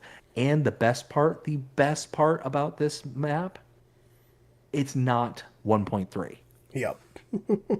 This this I think has more detail, more things associated to this map, and it's nowhere anywhere close to Giant's version of 1.3. Right. 1.3 gigabytes just for the map itself, not to mention the extra several hundred megabytes that are associated to the required mods. Right. Now, the only thing I will say that is quote unquote bad about this particular map is the fact that it has the Olive and Olive Picker by Raleigh Christie 1. I really can't stand that mod personally. Right. And I want to love it. I want to love this mod because I think it's a much cooler way to gather your olives than just say an olive grove. You know, using basically a grape picker Right. and all that stuff. I think it's a much better way. But the mod has not worked since FS22 and it still does not work. Right. So it's unfortunate. I want to love it. I want to love that mod, but you have an entire section dedicated to this specific mod and these specific trees that you get your olives from, and you can't utilize it like well. You have to sit there and like finagle it so heavily. You're going to be spending hours of just trying to get it to work, let alone to actually get it to work. So that's the only downside to this. And for those who are not familiar with the map maker, they made I think it was Dredge Creek, Alaska map for FS22, which was an amazing map. So this is just another example of amazing. Mwah, chef's kiss. Well, they also made was it the the settlement, which was basically Hutan Pantai before Hutan Pantai. The Settlers. Yep, Yep. Settlers map. Now, one thing, Hutan Pantai before Hutan Pantai was Hutan Pantai. yeah. Now, there are a couple things that really got my eye off this thing. Number one is having like that mine area inside of a mountain. Yes. Also, another big thing that caught my eye as well is the animals built into the mountainside. Yes. Oh my goodness. It has one of the most beautiful starting farms I've seen in a very long time. So, oh yeah, Yeah, you know what? Just go check it out. I gave it a 5 out of 5. I think it's an amazing map. Yeah, and it's essentially Silver Run Forest before Silver Run Forest was Silver Run Forest. That's basically what this is. It's an alternate reality of Silver Run Forest. So it's fantastic, and I love that this particular map maker is doing this. Is that they're taking the base game maps that we have kind of grown used to and putting their own little twist to it. I love it. I love it, and I really, really hope that that boat idea continues. I really hope that other maps utilize that boat system in other maps because I love that. I love that when that was a thing back in FS19 for Spectacle Island by Alien Jim. I loved it. It was an amazing, amazing feature, and it really made it to where it,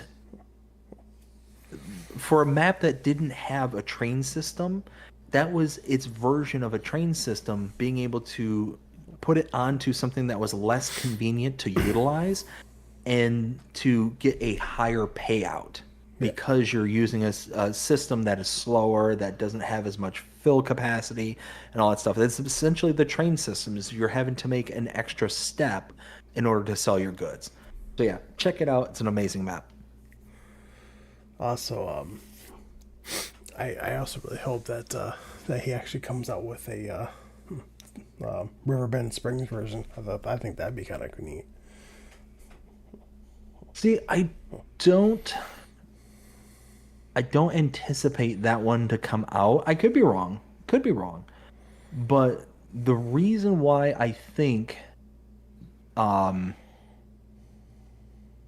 I think that the Hutan Pantai or aka Settlers was done and Silver Run Forest is because Hutan Pantai and Settlers, or I'm sorry, Hutan Pantai and Silver Run had very good bones to them, but there was I just smacked the mic. I apologize. Um, but How dare they you? had really good bones, but the problem was is that they just didn't feel matured. Like they were just kind of like I don't want to say slapped together because that's not the right way to describe it. Right. It's almost as if there was just something more that could have been done to these maps. And I feel like this is what more was. Is that settlers and agroforests just kind of really brought them to their own new level. Because unless you're a big forestry guy, you're not going to be playing on Silver Run Forest. Right. Unless you're big into like the kind of quote unquote rice farming or anything like that, you're likely not going to spend too much time on Hutan Pantai kind of thing because there's just not a lot of growing room. It's pretty much really well established, and the only parts you're going to be able to grow into are into the fields. So you're not going to be able to like production chain it out kind of thing without reclaiming a bunch of land. Right. But I feel like settlers and agroforests here really kind of have a good footprint to where you Right. can still grow, still utilize area while having a beautiful kind of starting point. I mean, besides that too, I mean, it also has a 4.5 by 243 star rating. I'm out of. Which, in my opinion, is absolutely criminal. I think it's a five, but Yeah. I mean, that's me. All right. I think we talked enough about this. Oh no, I can keep going on for a while. I could keep going. I loved it. I absolutely loved it. I thought it was great. Let's see. Next one is going to be the Fent 700 Vario Gen 7. This is by Bayern Agra. This is going to be 31.82 megabytes to download.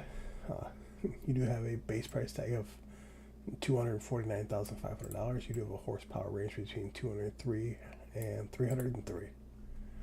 This is a pass for me. This is a hard pass, and the reason being is that we already have this. We already have this. I can save the 32 megabytes and just stick with the Fence 700 Vario that we have base game. It's Right. literally the same exact thing. Same horsepower, same price, same everything. The only difference, most likely, is that you can open doors and windows. And I'm sorry, but for 32 megabytes, I am not going to install a tractor to open the doors and windows. Right. Right. I'm sorry. That's one of the things I don't understand about making these kind of remods is that we already have the base tractor, but to be able to open the doors and the windows and kind of have that as like an additional feature, oftentimes I find that actually to be more annoying to have that as an option than to not have as an option because I'll sit there and accidentally push push a button, like I go to do something and whatnot, and I accidentally open the door, so it's just cracked open just a little Right. bit, and then the sun starts to fade and all that stuff, and all of a sudden I see a bright light just inside the cabin of the tractor. It's like, why is that on? Like I'm sitting there like scratching my head, wondering Right. like what is going on here, and it's like, oh, my fat fingers ended up pushing the door open again. Oh, jeez. Let's see here. Now this next one kind of goes with that one too, because by the exact same model, we get the Fent cargo package. This is by Byron Agra or Agwer. This is gonna be 40.41 megabytes to download. You have multiple different front loaders in there. Honestly, it's a pass for me. Now, this one I can actually be more entertaining of. Now, this one here, it's basically just a branded front loader. So if you want something that's going to go with your Fend branded tractors, then this is fine. This is more than acceptable to me. And the only thing that isn't acceptable is the install size, Right. 41 megabytes. Yeah. It's ridiculously Yeah. large for what you're getting here. So for that reason, I'm going to pass on it, but I'm at least more willing to entertain this mod than I was the previous one. Right. Let's see here. Uh, Next one is going to be the Valmat Mega 8300 to 8800 series. This is by AEN Design. It's going to be 26.27 megabytes to download. You do have a base price tag of $65,000. You do have a horsepower range between 140 and 190. This is a pass for me. So this one, I don't think is too bad. Now, 27 megabytes, that's a bit on the high side, but it is a nice looking older tractor. So for that reason alone, I do like it. And when we take a look at, some comparables, it's got a base power range of 140 horsepower at $65,000. So around that range, the lowest one we have in medium tractors is the Massey Ferguson 7S at 155 horsepower and $149,500. So it's significantly cheaper for what, 15 less horses? I mean, that's not bad. That's really not bad. And you get the, added bonuses of, front loaders and all the different tire configurations and all that stuff. But you can get this up to 190 horsepower, which, I mean, even if we look at the smallest kind of base starting price for that. I mean, 65,000 is a base for the 140 horsepower, but you add that extra 50 horsepower, that puts you in the John Deere 6R series range at 192 horsepower. Right. That has a base price of $182,000. So unless that extra 50 horsepower costs you an extra what, $120,000 almost, $115,000. I mean, you're still going to be saving tons and tons and tons of money for that same exact horsepower bandwidth. So yeah, all in all, I think this is a really nice mod. It looks really good, and again, I love the old school looking tractors, and this is no exception. I think this has got a great look to it. Let's see here. Oh no, I could not agree more. It absolutely looks phenomenal. I'm not a big fan of Veltras. So let's see here. Next one is going to be the Fiat 1300 DT. This is by Just Farming. I'm actually subscribed to his YouTube channel. This is going to be 11.62 megabytes to download. You do have a base price of $59,000. You do have a horsepower of 150. I mean, this isn't awful. I mean, because this was what base game in FS19. Yep. I believe it was base game in 22. I believe I could be wrong. So I don't think this particular one was base Yeah. game, but a very similar Yeah. looking one. Yeah. I mean, I absolutely love it. I mean, because you can do like a whole role play thing. It was like, oh, I gotta check the engine so you can go into the shop and customize and take the part of the front banner off, so you can take a look at the engine. Yep. Yep. I absolutely love this one, and this is a good example of okay, doors and windows opening isn't doesn't have to be some ridiculous adventure here. Right. 12 megabytes, and you still get the doors and the windows, and you Right. get the whole hood bonnet area, like that all opens too. That's fantastic. Now the reason I don't, actually I know this isn't the same one from FS19 because the one in FS19 didn't have the front 3-point link. Yeah. So yeah, this one is definitely something different, but I love this one. And again, looking at the kind of closest comparables, you take a look. This one is almost $60,000 to buy for 150 horsepower. Right. That puts us right at the top end of the small tractor range. Closest comparable is the Kloss Arian 570, 530. I mean, the price difference is phenomenal. The Kloss has 145 horsepower. This has 150. So you're getting five extra horses. Again, you're at the top end of the power band for the small tractors. And the Kloss, $153,000. 153,000. You're almost $100,000 cheaper getting this Fiat than you were getting the base game Kloss. It's a ridiculous savings. So yeah, at the top end of the power band for small tractors and having a front 3-point link and being 100 grand cheaper, yeah, all day, every day. This is absolutely worth it.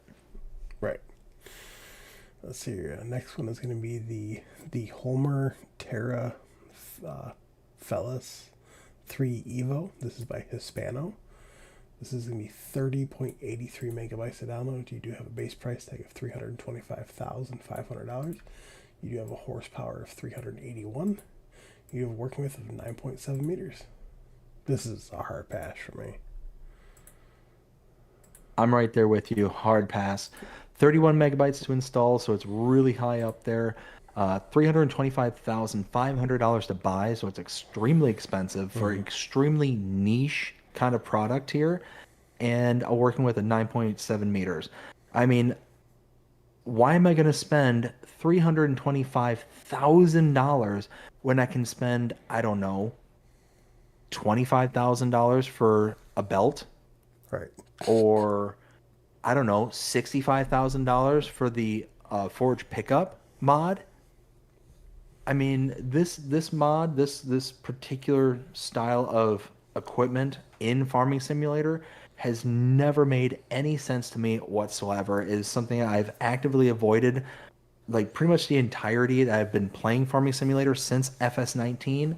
Right. I get it. It's one of those that it's got a point and purpose in real life, so therefore people are going to want something like this for their kind of, their imaginations, their game plays, their farms and stuff. It's something that to me in game has never made any sense, and especially at 31 megabytes to install and $325,000 to buy. Right. Just to be able to pick some beets and stuff off the Right. ground, Right. like get a bucket, Right. get a shovel. I mean, come on, you can get a wheel loader bucket for what, 10 grand. You Probably can less than get that. 5,000 liter high tip bucket for 17 grand. Yeah. I mean, yeah, no. Let's see here. Next one is going to be the Schaefer 2630. This is by Hubai? Hubi? What'd you call me? This is going to be 5.63 megabytes to download. You have a base price tag of $30,500. You have a horsepower of 25. This is a pass for me. Same here. This one falls into the kind of skid steer category for me. Like I was saying earlier, I'm not that huge into the skid steers because of how small they are. They're extremely niche as to what they can and can't do. And I feel like this one is just like that, but worse. And the reason being is it's got that middle articulating, kind of CV joint. It's, gonna send you kind of flopping around like a snake on the highway. I mean, it's one of those for $30,000 and 6 megabytes to install. It's not that expensive. It's not that intrusive Right. in download space.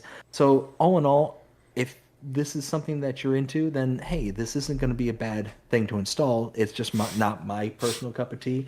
And we've got the Schaefer 23E, the electric version for $57,300. I mean, yeah, it's cheaper than the base game Schaefer by about 20K. It's not that intrusive. So all in all, this would be good to install, but again, it's just not one that I'm going to be like, oh, I've got to have it. Right, right. Let's see here. Next one is going to be the Cortiva Circular Pivot Irrigation. This is by Hispano. It's going to be 35.75 megabytes to download. This is a pass for me. So this is a pass for me as well, but I do like this in theory. Right, I do really like it. Um, it's one of those where, yeah, 36 megabytes, that's a bit heavy, but it's a cool way to be able to deliver, some of your sprays, for this. And you get so many different widths on this, 68 meters, 124 meters, 180 meters, 136 meters, or 236 meters. right. It's really cool. It does have that nice little system to it, and it's mobile to where you're going to be able to hook it up to the back of your equipment and drag it around to whatever part of the field you wanted to be in, and all that stuff. And you can put these in tandem to where you can, if you got a big enough field, plot them around in several areas and basically come up with an entire, spraying pattern for the entirety of your field. I think it's really cool. I think it is a really nice one, but again, for the whole 36 megabytes, I can, go around spray my field myself. Right. Let's see. Uh, Next one is going to be the Lizard NVAM and NVAP. This is by Holtz FS. This is going to be 19.09 megabytes to download. So you do have, say, first one, which is going to be the 48 and 56. You have a base price tag of $9,900. And then you have a horsepower range between 120 and 160. You have a working width between 4.10 and 5 meters. And then you have the Lizard NVAP. So this is going to be the 48 and 56, which is like it's literally the exact same meters, the exact same horsepower. This one is a little bit more expensive at a base price of $14,700. One of them, actually, if you look very, very closely, one of them is actually operated spring operated, and the other one is hydraulic. That's the difference between them. Okay, so it makes sense that the probably hydraulic one is a bit more expensive than the Yeah. spring. So you're talking 20 megabytes to install, which is a bit on the high side for this, in my opinion. But the saving grace that this has is the price. The price is ridiculous. Right. So this is going to be kind of an in-betweensy type of comparison. So we've got the Notch Crossmax 300 that is at $9,000, and the Vaderstadt Carrier XL 625 is at $75,000. So you're talking the same exact price, almost by $900 off. You can get the spring operated one. The Crossmax 300 at $9,000 is 3 meter working width. This is 4.1 meter. So you're spending the almost same exact amount of money for an extra 1.1 meter working width. That is really nuts. And even if you go whole ham and go with the hydraulics, you're only spending what, $5,700 more to have the full hydraulic one and still getting a 1.1 meter increase. Right. It's a really nice mod. If you like using disc arrows, then this is going to be a really good one for you because it's going to save a ton of money, especially if you look at the carrier, the Vaderstadt. That's 6.3 meters, so it's a little bit bigger, but $75,000. 75,000. So yeah, you can get this one, have it be a couple meters smaller, but significant price difference, Right. price savings. So yeah, all in all, I think this is a nice one. It's a bit high on the megabytes, but not, not the end of the world. Right. I absolutely love it. See, next one is going to be the Romeco Soil Protector. This is by JMZ. This is going to be 15.05 megabytes to download. You do have a base price tag of $21,300. You do have a horsepower requirement of 210 and a work width of 3 meters. 3 meter alert. Um, get it out of here. This is a pass for me. So 16 megabytes to install, $21,000 to buy, and 3 meter working with. The closest comparable we have is the Nudge Eco Cultivator 300. That is also at 3 meters, so it's a like to like, comparison between working widths. Then you take a look at the prices. The Romeco is 21,300. The Eco Cultivator is $16,000. I'd go with the base game one and save the 16 megabytes. Right. So next one is going to be the Pottinger Top 612C. This is by ADA or Agra Design Austria. This is going to be 18.05 megabytes to download. Uh, you do have a base price tag of $23,500. You do have so you do have a horsepower requirement of 40, and you have a working width of 5.9 meters. This is a pass for me. It looks absolutely phenomenal, but it's a pass for me though. It looks really good. 19 megabytes to install, and you got a working width of 5.9 meters, like we mentioned before, and 23,500 to buy. So the closest comparable that we have is going to be the K-brand GA4731. The working width of the K brand is 4.7. Again, this is 5.9, so this is a little bit bigger. But you look at the prices. The prices for the K brand is $9,000. This is 23,500, so more than double for this one for what is essentially a 1.1 meter, 1.2 meter working width difference. I mean, double the price for that small of an increase, it's not worth it. So unfortunately, this is a pass. Do you have any chat you want to catch up with? Yes, I do. So I think I left off with Taco saying Agroforce is amazing, Oh yeah. 100%. Taco also says that he does not approve of the olive picker. I agree. And he says it's useless. Again, 100% agree. I want it to work. I want it to be, something that's functional because it is a nice idea, but because it is so temperamental as to how you have to line it up, how it interacts with the trees itself, it's just not worth the effort. It's not worth the time. I'd much rather just go with the olive groves and just do it the base game way, even though I prefer, in theory, the method that Raleigh Christie One put in place. So it's really sad, and I don't care. I don't care for it. Let's see. Samuel says, "Hey BD, next Thursday live stream. Very nice." We got Taco says Spectacle Island goes back to 2017, so the FS17. So yes, it does. I was referring to the FS19 because that's when I started to interact with it. Taco also says go to Edomod and download the Fiat Agri 8 18090. Okay, okay. I mean, not on PC, so I can't download it from there. So that's not for something for me to do, but maybe will. And I'm all caught up. Also, big thing too is there are only a couple sites that I actually trust getting mods. And number one is the Mod Hub. Number two, you still have to be very mindful is Mod Network, and the other one is King's Mods. You gotta be very mindful in there as well. But if I get mods at all, it's either from the in-game mod hub or it's from the modders site themselves, like their itch.io. I never go to any other page because you don't know if so you download some a virus could attack your PC.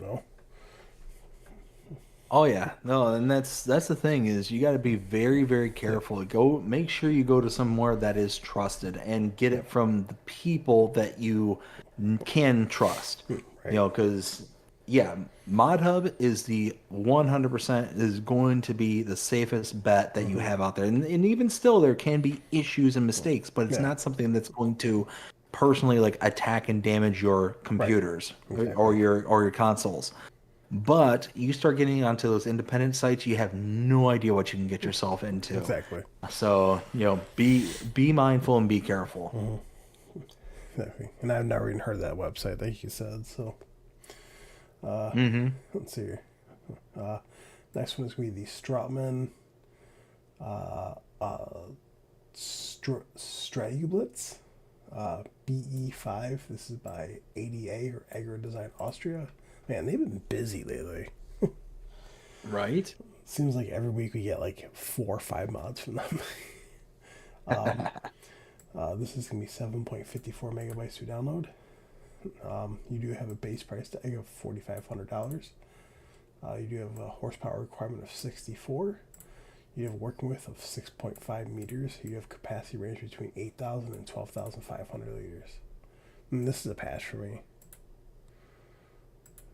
Yeah, so this is going to be a pass for me as well. 8 megabytes is not that bad in the file size. Right. Actually, no, I'm sorry. I misunderstood the price. This is actually not that bad. So I would install this. I misheard you when you read the price. So $4,500 is the price, and a working width of 6.5 and capacity is 8,000 to 12,500.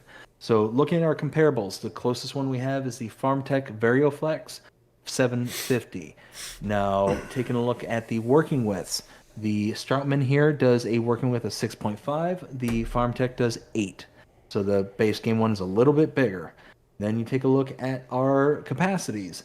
The FarmTech does a capacity of 4,900 liters. This one does a minimum of 8,000. So this one is almost double the amount that the base game has. Then you take a look at the prices. The Strautmann here is $4,500. The FarmTech is $32,500. Right. So for a little bit smaller of a working width, just a little bit, like 1.5 meters smaller, Yeah. you're getting almost double the capacity at a significant price savings, nearly 30 grand savings. Yeah, this one, install this one absolutely because that's pretty huge. So your next one is going to be the Lizard OptiCut. This is by Presmic 23433. This is going to be 19.32 megabytes to download. And there are multiple mowers. So basically, it goes up by fragments. So the first one requires 300 horsepower, the second one requires 45, third one requires 60, then the fourth one requires 80, and then you have work width of 2.1, 2.5, 2.8, and 3.2. I mean, this is a pass for me though. So for 20 megabytes to install, we're going to focus on the smallest of the units at $8,500 and 2.1 meter working width. The reason we're going to do that is because we kind of want to actually, you know what? Let me adjust that. We're actually going to look at the biggest one. That's the 320. That is 16,500 and 3.2 meter working width. That's going to be the best comparison because the only comparable that we have to this design is the Samaz XT390. That again is at $16,500. The Samaz is 16,500. It's the exact same price. Then we look at working widths. The Lizard Optica is 3.2 meters. The Samaz 3.9 meters. So base game has this one beat by what is that? zero point 0.7 meters. So Yes. that one, basically just tipped it into its scale for base price or base game. And then, yeah, you're looking at horsepower is the only thing that's remaining. Uh, the Lizard here is 80 horsepower. The Samaz is 100 horsepower. So, yeah, you need 20 extra horsepower to be able to run it, but you get the same exact power and the little bit bigger working with. and you don't have to worry about this. Now, I will say I love this screenshot here where it's got the open kind of Yeah. drapes to where the exposed cutters are present. I think that's really cool looking. But all in all, it's not cool enough for me to be Right. like, yeah, I want to invest in this one for Right. 20 megabytes. I can spend that 20 megabytes somewhere else. Right. Next one is be the BM Volvo Snow Gear. This is by NMC T-Bone. This is gonna be T-Bone. this is gonna be 4.75 megabytes to download. So you have the BM Volvo Snow Bucket. You have a price tag of $900. Capacity is 2,500 liters. Working with is 2.2 meters. You have the BM Volvo V Snowplow. You have a price tag of $1,300. Working with is 3 meters. You have the BM Volvo Dozer Snowplow. Price tag is $1,200. Working with is 3 meters. I mean, this is a pass for me. Same here. I mean, for my 5 megabytes, it's not that bad. And the price is, again, not that bad. But I don't tend to use this specific set of equipment for it to be worth it for me personally. So this one's gonna Right. pass, but there's no particular reason behind it other than it's just not for me. If you like using any of these sets of equipment, then by all means, this is gonna be a good little addition, especially if you like to do some winter work. Um, Not but on yeah, PC. for me, I tend to skip through winter. I tend not to use this specific set of equipment, so it's gonna be a pass for me. Yeah, I mean, I got it on my PC, but not my console. Um, Here. Next one is going to be the Trail Lifter. This is by EY Modding. This would be 3.41 megabytes to download. You do have a base price tag of $7,000 and a horsepower requirement of 20. This is actually kind of neat, though. I'm not going to lie. Oh, for sure. If you've got a older set of equipment that doesn't have the rear 3-point link in it, this is a nice mod to have. Um, you can see perfect example here, like with the John Deere, it doesn't have the rear 3-point link. It just has the little trailer hitch to it. Same thing there with I think that's a Farmall. Um, this basically makes it to where you now can have a 3-point link on a vehicle that didn't have it prior, especially on these old school kind of, vehicles, the tractors and whatnot. So all in all, for 4 megabytes to install and 7 grand to buy, and it can make your, you know, what was just your trailer hauler now into an actual workhorse. This is a good little mod to have. I just saw this. That would be absolutely perfect with the Plains and Prairies DLC because all the bigger, like the Fords and Versatiles, don't have 3 points. They only have pin hitches. So I will disagree slightly to where yes, that it would work for that, but this particular model is so incredibly Oh, small that it really doesn't work well with those bigger sets of equipment. I have tried this on FS 22 because this is a remake from 22. Um, and when I tried it for 22, it didn't play well with the bigger sets of equipment. We do have basically it's a very similar version of this mod, but it's a bigger, more stout version of it. I'm trying to find it at the moment, and I probably don't have it installed because it is a mod. Um, I have it installed, but I just don't have it on my game here because I basically right. go after base game stuff. But it's essentially it's the same thing, but it's bigger and longer, and that one's built for the bigger, like the versatiles, the Fords that we're going to be getting in the new DLC. Right. I don't know. It just came across my mind. uh, let's see here. Next one's we pick up hitch for foragers. This is by Rawson Mods. This is be 1.06 megabytes to download. You have a base price tag of $4,500. I love this. Same here. Same here. For less than 2 megabytes to install and $4,500 to buy, you can turn your forage harvester into a trailer hauler for any style of trailer. So you can have your pin hitches, which basically most of your forage wagons can use a pin hitch, but this also allows you to do the ball hitch as well, which is hugely, hugely important because most of the forage wagons are ball hitches. Like the specific forage wagons, the ones that are meant to be forage wagons. Right. So it having that as an option, and you don't have to do a trail behind or do in tandem with a forager, this is a really nice addition. And you can customize it to whatever forage harvester you're working on. So if you got the Fent like you see here, it can be customized to be the Fent branded, Fent colored ones. Yeah. Same thing, the New Holland, the Krone, all those ones, the John Deere, it all kind of color matches and goes with the hookup and setup for that specific harvester. So I love it. It's great. Yeah, absolutely. Let's see here. Next one is going to be the Lizard Big Bag Lifter. This is by Not Polar.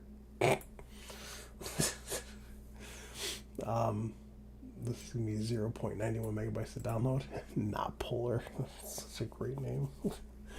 uh,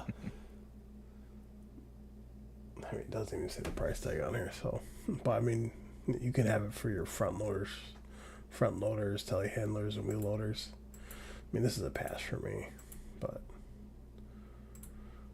I like this. I think it's kind of a nice different take on a big bag lifter. Um, and a megabyte to install, so it's not that intrusive and it's not that expensive.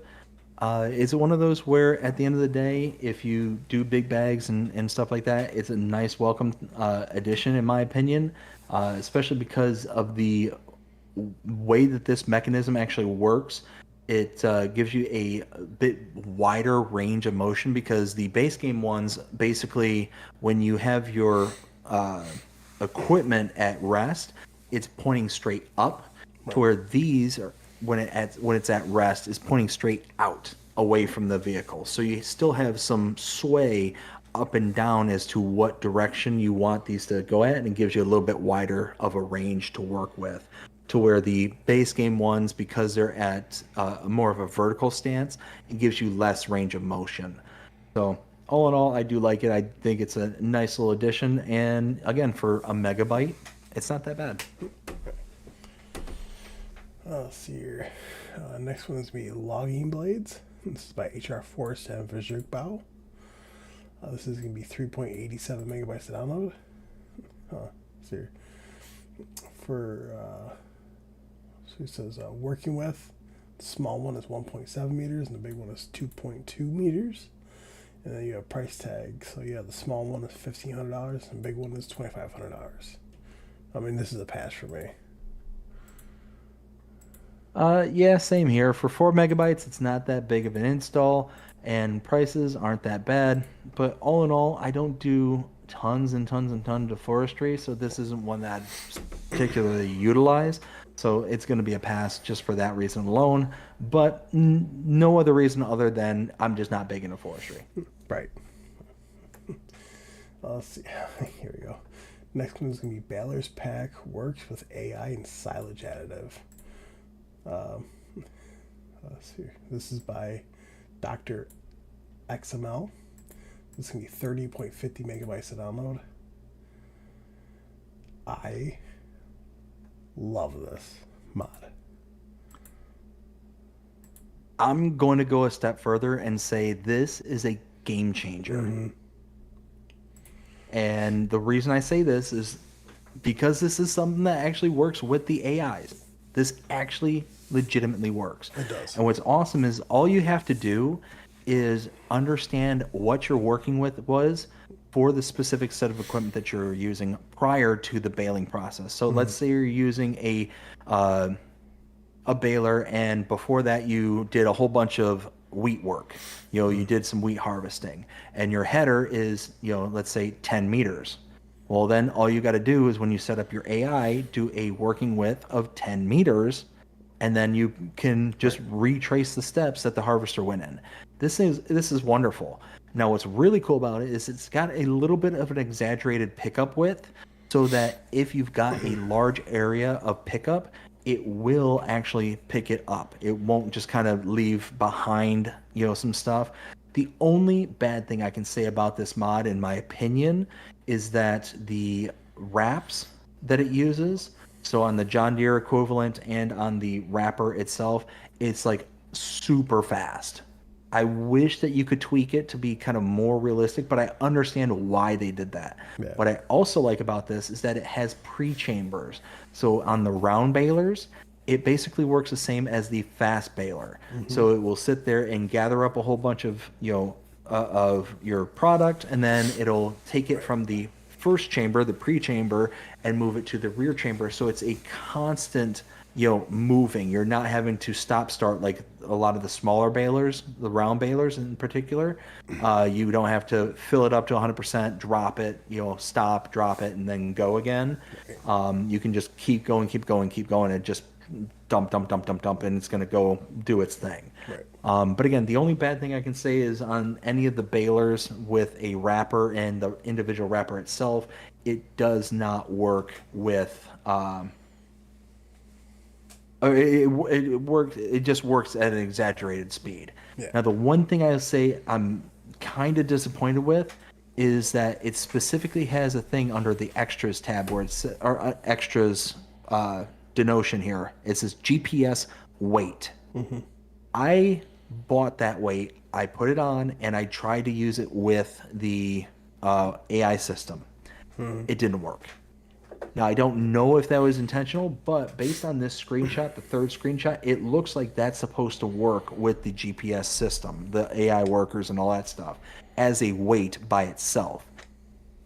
I'm hoping that that gets an update because, and here's why, if that front wake works as its own attachable GPS system, then it will not matter what baler that Right. you have. You will not have to have a baler from this pack. You could use any set of equipment Mm-hmm. with that weight and it would work with the GPS system.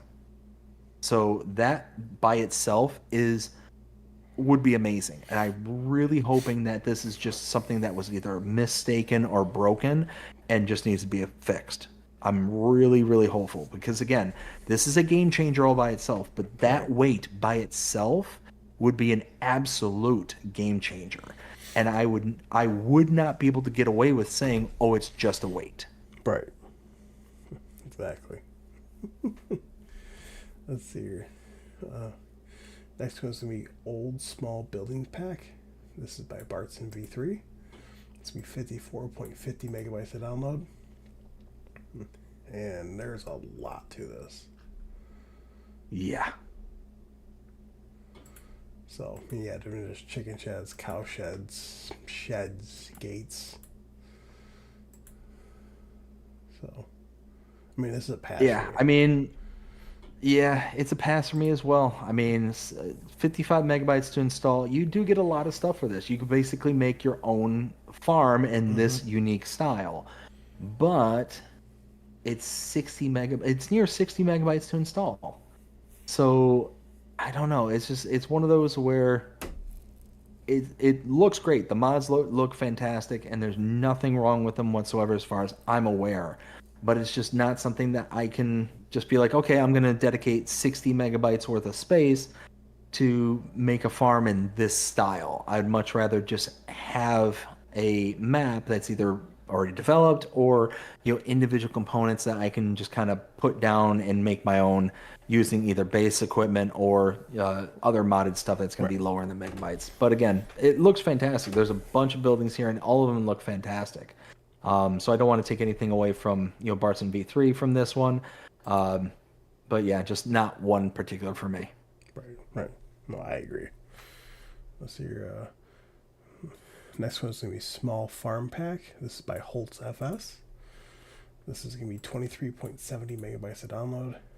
I mean, there are literally multiple things in here, but so your price range is between $80 and $45,000.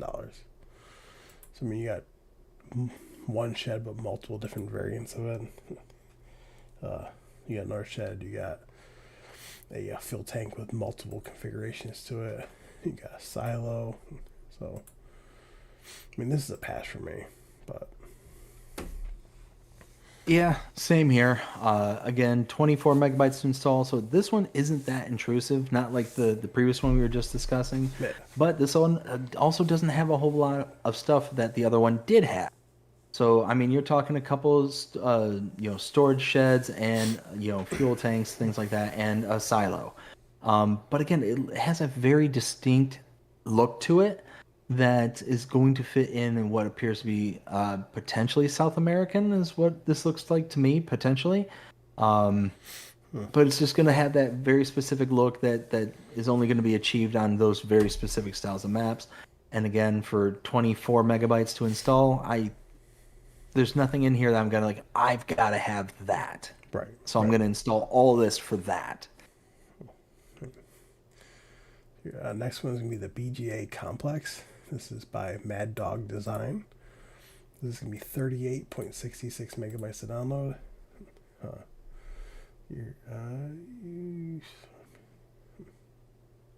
so the price tag is 1,500,000 or 1.5 million. This is a pass.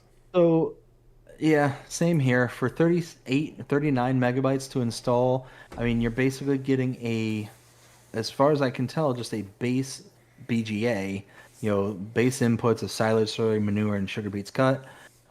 There's no like bells and whistles other than kind of the design that this has. It's kind of has that operational building that's beside the BGA and all that stuff. But I mean, all in all, it's just not worth the file size for me when we've got, basically other complexes that'll do the same exact job. It's just a slightly different look to it. Right. So all in all, this is gonna be a pass for me. Do you want to chat? You want to catch up with it real quick? Yes. So we got Samuel says UBDD is next Thursday live stream. So I think my next live stream is actually going to be tomorrow, likely at 9:30 p.m. Eastern Standard Time.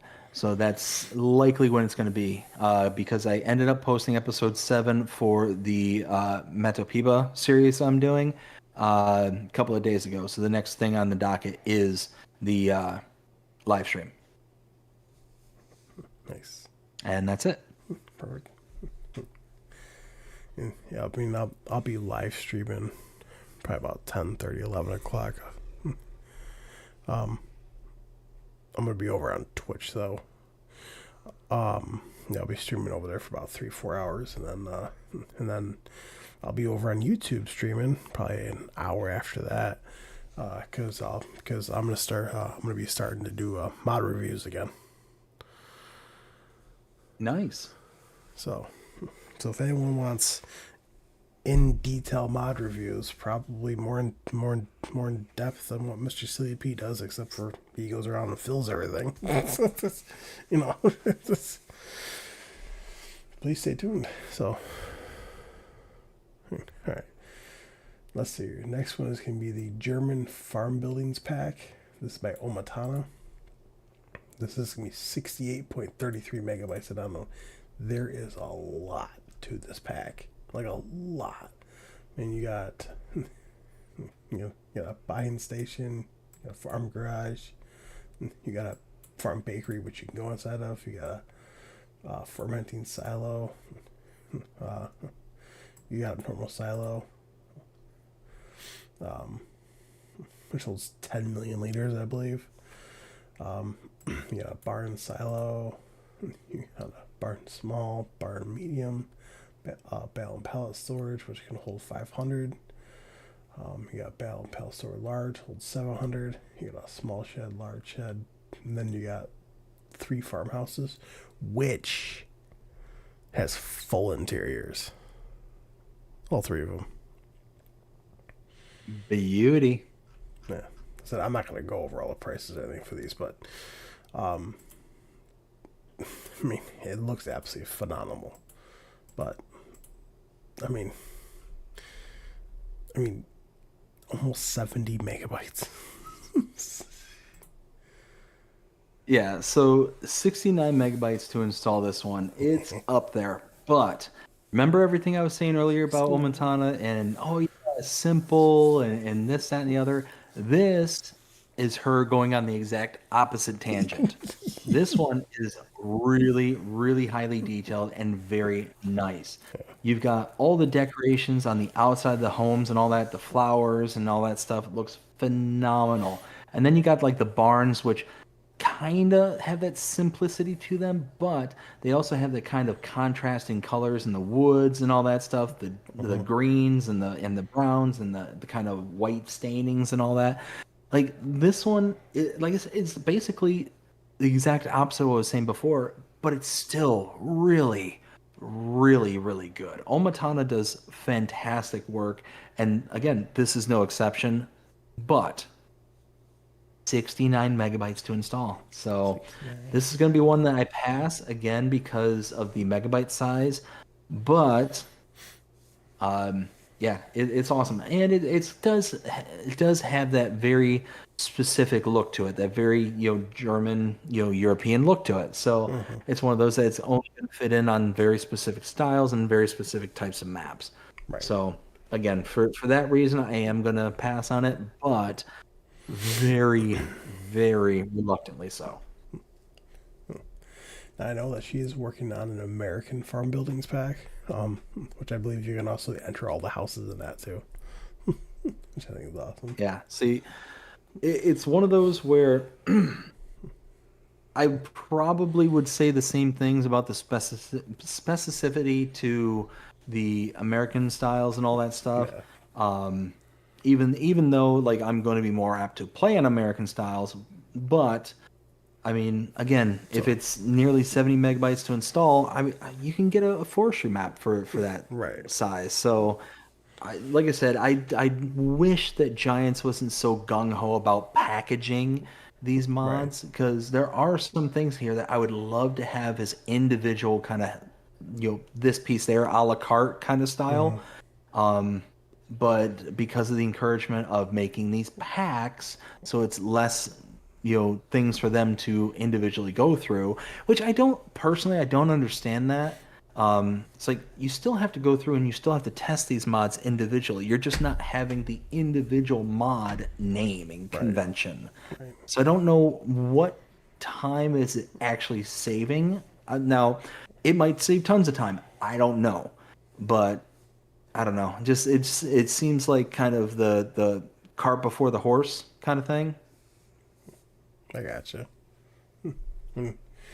I mean, I know that they did it for a reason. I don't know what the reason is, but I know they did it for a reason. So Oh, and I'm sure they did it for a reason that I'm just not familiar with. But it's just like you got to test right. these mods individually, anyways. Right. So I don't know.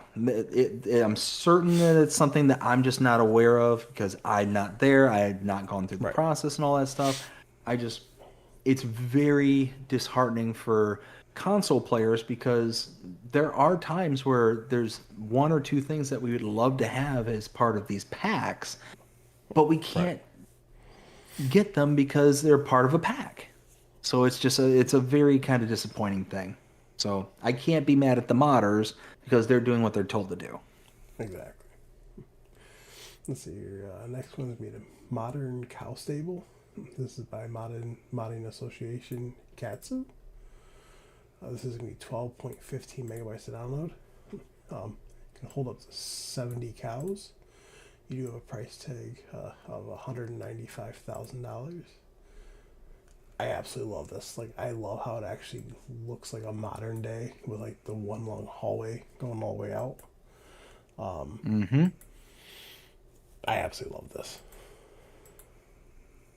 It's a nice one. 13 megabytes to install, 70 animals, $195,000. I mean, when we take a look at a comparable, it's going to be a big cost savings. Plain and simple. Looking at cows, we have room for 70, which is going to put us roughly. Da, da, da, da. Now, do we know if this is for dairy cows or is this Yes. just beef cows? Yes. Dairy cows. So yeah, dairy cows. Oh yeah, I see the icon right there. So yeah, looking at ones that are dairy cows, the closest thing we have is gonna be the cow barn large. Uh, yeah, and again, it's gonna be a huge cost savings. 70 cows in the modded one as compared to 96 is the base for the one cow barn large. 195,000 for the mod compared to Yeah. $518,500. It's hundreds upon hundreds of thousands of Right. dollars cheaper for the mod than it is for the base game one. So yeah, it's worth the 13 megabytes and it's got that nice modern style to it. Looks great. Right. So your next one's gonna be Modern Pigsty or Pigsty. This is also by modding association Katsu. This is gonna be 24.80 megabytes to download. Um, you have a price tag of $364,000. They can hold 460 animals. This is a pass for me. So this one is a pass for me as well. 25 megabytes to install, so it's right there at the upper end of what I like to have for my mods. And you're talking the price comparables, it's not good. Um, we can have 460 animals at $364,000. Base game, we have the pigsty large that holds 275 pigs at $164,000. So even by doubling that price, you're still going to have more animals for just a smidge more money. So all in all, I just go with the base game one and be okay with skipping on this one. Right. Even though, I mean, again, the look of it, just like we said with the cow barn, I think it looks really good. It's got, that nice kind of modern, Yeah. facilities to it. But all in all, just not going to be worth the file size, the price, and yeah, you're not getting the things that tip it back into the realm of yes, I got to have this. Right. Exactly. So your next one's gonna be Old Stable. This is by our favorite MA7 Studio. Hmm. It's gonna be 35.81 megabytes to download. You do have a price tag of $130,000. Um, I believe this could hold. See, it was either 85 or 95 cows base without having to expand the pasture. I absolutely love this. Looks phenomenal. Yeah, I mean, MA7 Studios is a wonderful modder, does amazing job, and 36 megabytes is a bit high, but you are getting a phenomenal looking building with multiple different styles and textures to it. Looks kind of built in and kind of like it's been habited for a little while. It's got some kind of weathering to it. I mean, Right. it just looks fantastic. And then you take a look at the comparables. Again, we got to go back to the Cow Barn Large at $518,500. It's 130,000. So you're saving again hundreds of thousands of dollars, and you're getting roughly the same amount of cows. The Cow Barn Large here base game holds 96. If Will's right with the 95 quote there, you're talking one cow, and you're saving hundreds of thousands of dollars for that one cow. Right.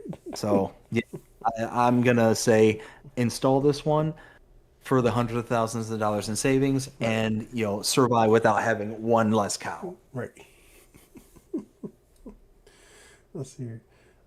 Next one is going to be the Logistics Center. This is by FSPT. This is going to be 6.88 megabytes to download. You do have a price tag of $150,000. And the storage is 4 million liters. I mean, this is going to be a pass for me. See, I really like these kinds of mods. It's essentially a silo for your palleted goods. That's essentially what this is. So you have 4 million liters worth of space at $150,000 in price. So what you can do is kind of multiple fronts. This is a production point in its own right, but you're not producing anything. You're just storaging things. So you can use it, Right. like I said, as a silo, or you can use it for the multiple production chain works that can be done downstream, like distributing to other production points, or for selling kind of Right. things. So it just saves you a trip. So you can have like one central location to take all your goods to, and then it can disperse it out to wherever you want it to on the map.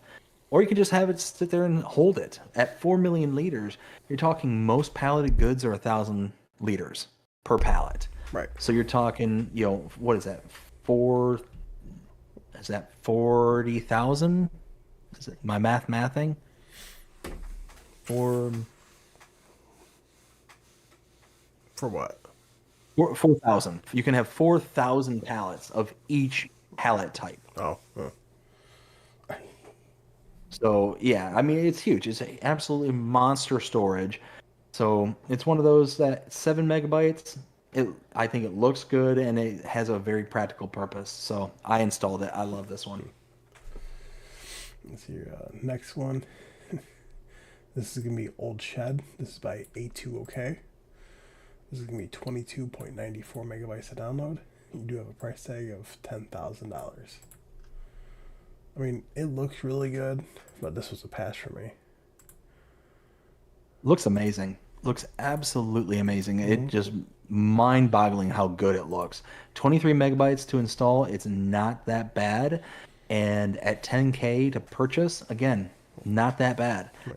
And you get a highly, highly detailed, brick laid out building.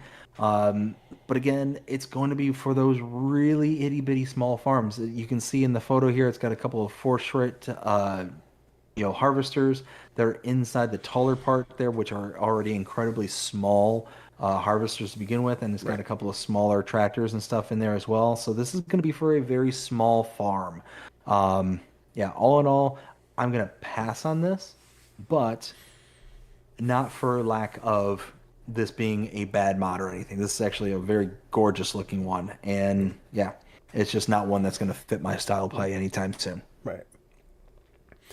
So your next one's gonna be Barton with Cowshed. This is by Roger. This is gonna be 21.78 megabytes to download. You do have a price tag of $55,000. Hold 20 cows.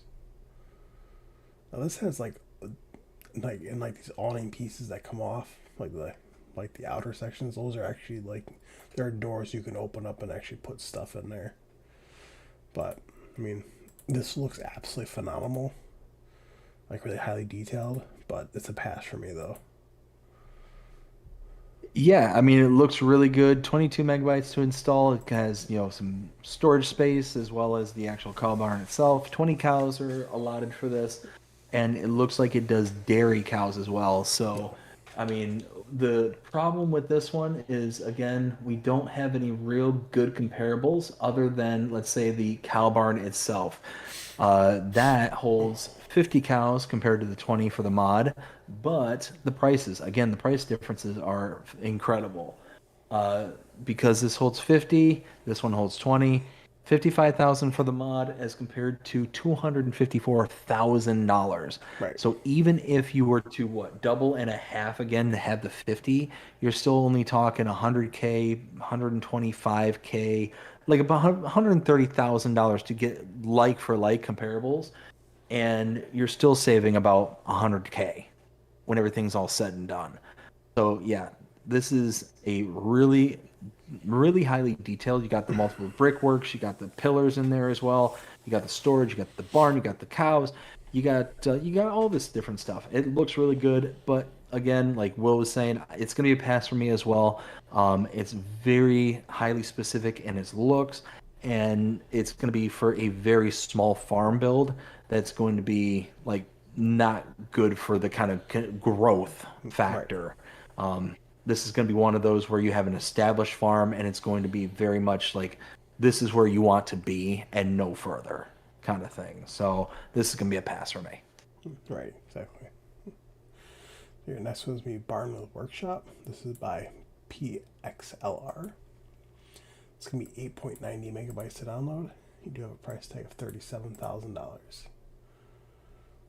I mean, this looks absolutely phenomenal too, but this would be a pass for me. Same here. 9 megabytes to install. It's not that intrusive. $37,000 to buy. Again, not that much. But it's got that very specific look to it. So it's that Bavarian style, as it says in the description. And it's really, really small. So it's going to very much fit into very specific maps, and it's going to fit into a very specific small style of build. So again, for that, it's going to be a pass for me, Right. but not through lack of the mod Right. itself. It looks very highly detailed, very nice, just not that one that's going to fit into my style. Right. Exactly. Let's see here. Next one is going to be shed with extra wide doors. This is by Icus. This is going to be 5.17 megabytes to download. You have a price tag of $125,000. I love this. The doors are Those huge. are massive doors. That is massive. You figure you look at that first picture there, the first one with the John Deere, which Yeah. that is an amazing What a JD by second the one. way.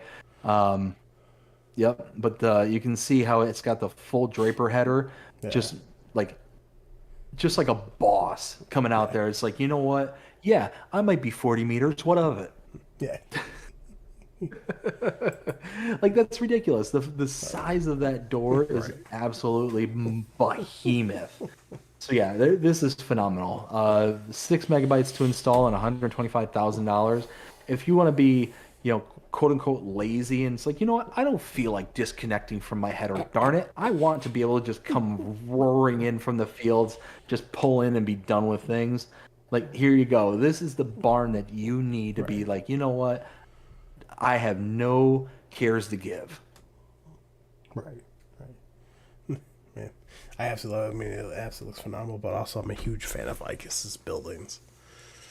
Oh yeah, yeah, for sure. I mean, you look at this, it's very nicely, highly detailed. It's got that very similar style that Ike has been, kind of popularizing within their mods. But I mean, all in all, it's got a great look. It looks like it's very highly customizable with the various different color palettes and all that stuff. And I mean, look at the detail work, all the skylights that are inside the building itself. It looks fantastic. Yeah, it looks incredible. Oh, yeah. So next one's going to be roofed bunker silo and wood chip storage. This is by PXLR. It's going to be 9.17 megabytes to download. Uh, so you have a price tag of 58,659. Just make it 58,066. Um, I mean, this is gonna be a pass for me. You have to do a lot of terraforming with this because the bunker silos is down much lower than the upper part.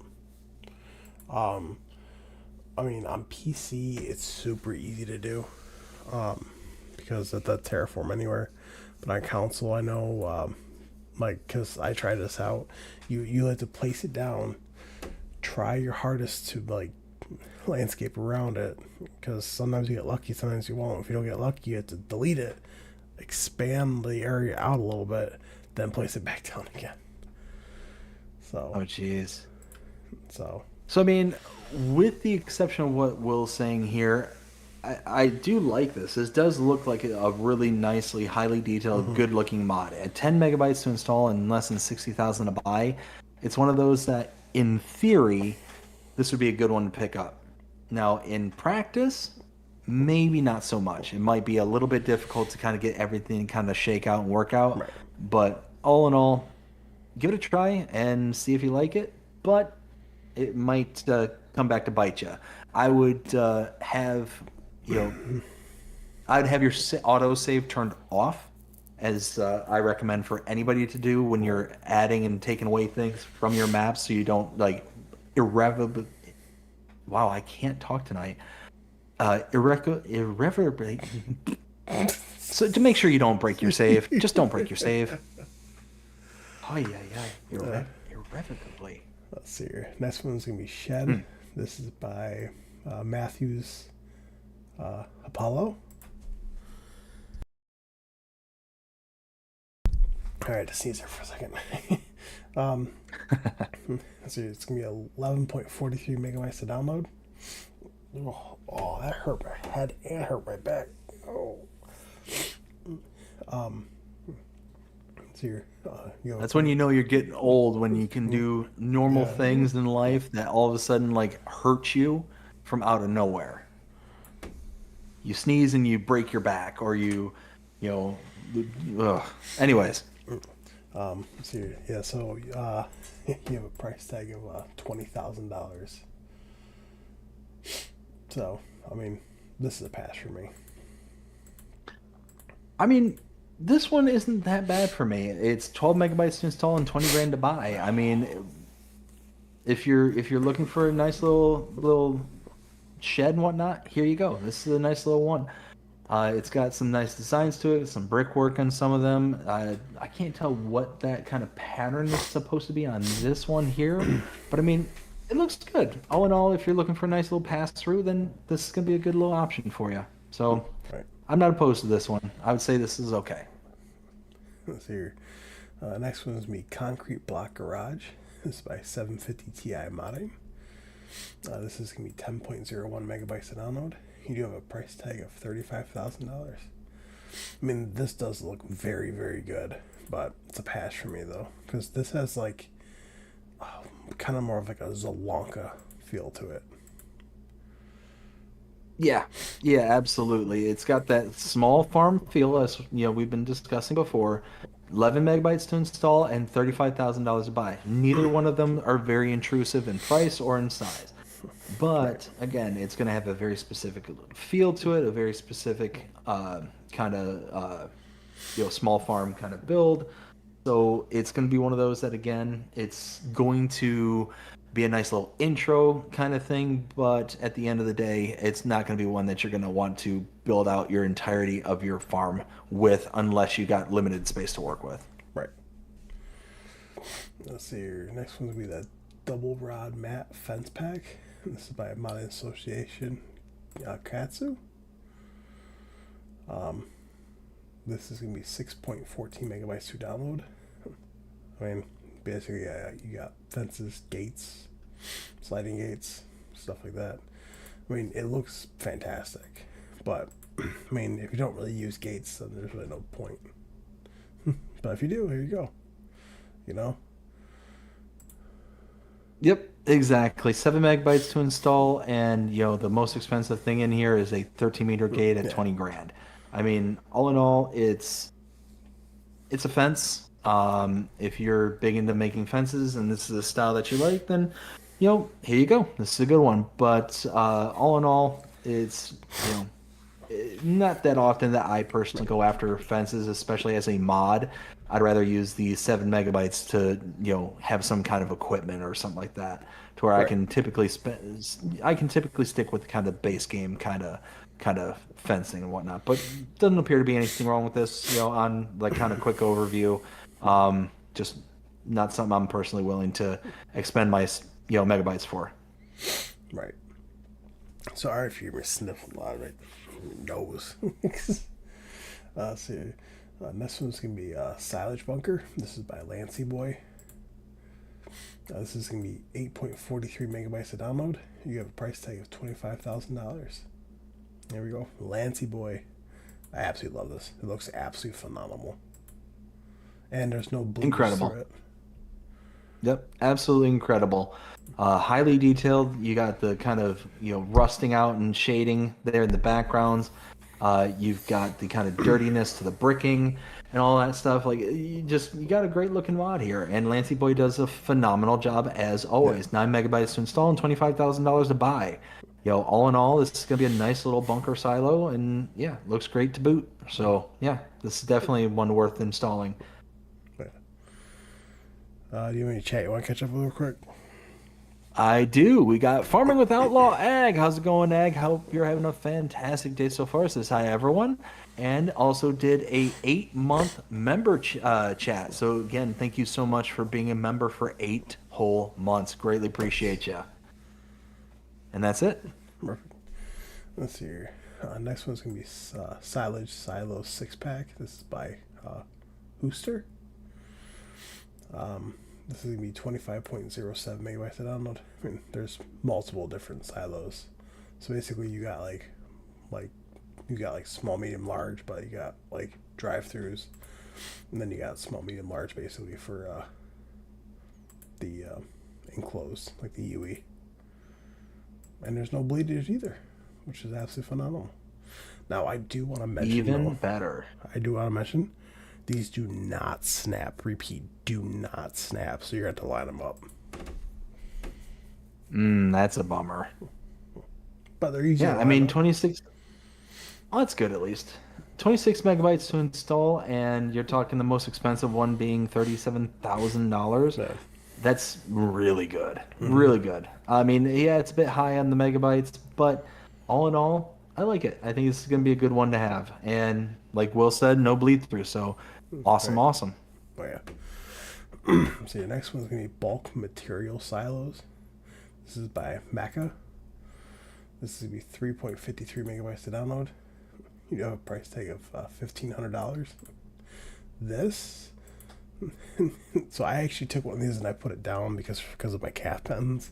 I actually emptied them out and I put the manure back here because well that's what a lot of farmers will do too. They have like a separate area like this, just where they can put manure in, just to store it so I can spread it. There's no bleedage at all through this, Nice. so I absolutely love this. I mean, 4 megabytes to install and $1,500 to buy. It's cheap and not that intrusive in size. So, Right yeah, all in all, this is a really, really nice mod. I do like this a lot. And yeah, I would install this absolutely. here, next one's gonna be outdoor silos. This is by Fells Agrar. This is going to be 0.13 megabytes to download. So, basically, you got the outdoor small silo. Price tag is $1,000. Capacity is. I should read this right. So, you got 1, 2, 3. Yeah, okay, so you got 800,000 liters. Then you got the outdoor silo medium. Price tag is $2,000. You have a capacity of 1.5 mil. And then you have the open air silo large, price tag $3,000, approximately 30 million. I mean, I passed on these. I mean, not even a megabyte to install, and you've got various different styles and sizes, and up to $3,000 to buy. It's super cheap, and it's not that much in the ways of install size. I think this is really, really nice. I think it doesn't do a great job in showing it, off here by putting it right in the middle of Right, like a field, like it right. does here. But I think that it's a nice little alternative, a nice little option. As long as it doesn't have to bleed through, then I mean this is going to be a good one. I think this is worth an install. Let's see, next one's gonna be liquid fertilizer facility. This is by Rockhound Modding. This is gonna be 3.03 megabytes to download. You have a price tag of $80,000. Capacity of 500,000 liters. This is a pass for me. This was a pass for me too. 4 megabytes to install and $80,000 to buy. This is not a mod that I care for, and the reason being is that you're taking your already expensive solid fertilizer and you're basically adding water to make it liquid fertilizer. So it's just Right. one of those like, well, why don't you just buy liquid fertilizer at that point? Like you're not saving money by, making a cheap junk item like manure into like solid fertilizer or, slurry into liquid fertilizer. You're literally taking a super highly expensive product, solid fertilizer, and making it into its liquid equivalent. I just don't see the point in it, Right. and for that, I said pass. So yeah, next was the placeable refill tanks by DD Mob Passion. This is gonna be 3.49 megabytes to download. You do have price tag of $8,500. Capacity is 10,000 liters. You do your seeds, soft fertilizer, lime, liquid fertilizer, and herbicide. This is a pass for me. Same here. 4 megabytes to install, not that bad in the size. 10,000 liters and 8,500. So not a bad price, not a bad install. It's just honestly just not the aesthetics that I go for personally. So this one is a pass simply on the kind of vanity front. Right. But I mean, nothing wrong with it per se. It's just not something that meets my style. So again, gonna be a pass. So your next one is going to be Pioneer Tent. This is by the the Verg modding and Lost Gamer. That's all I'm gonna say. Uh, this is gonna be 11.71 megabytes to download. You have a price tag of $20,000.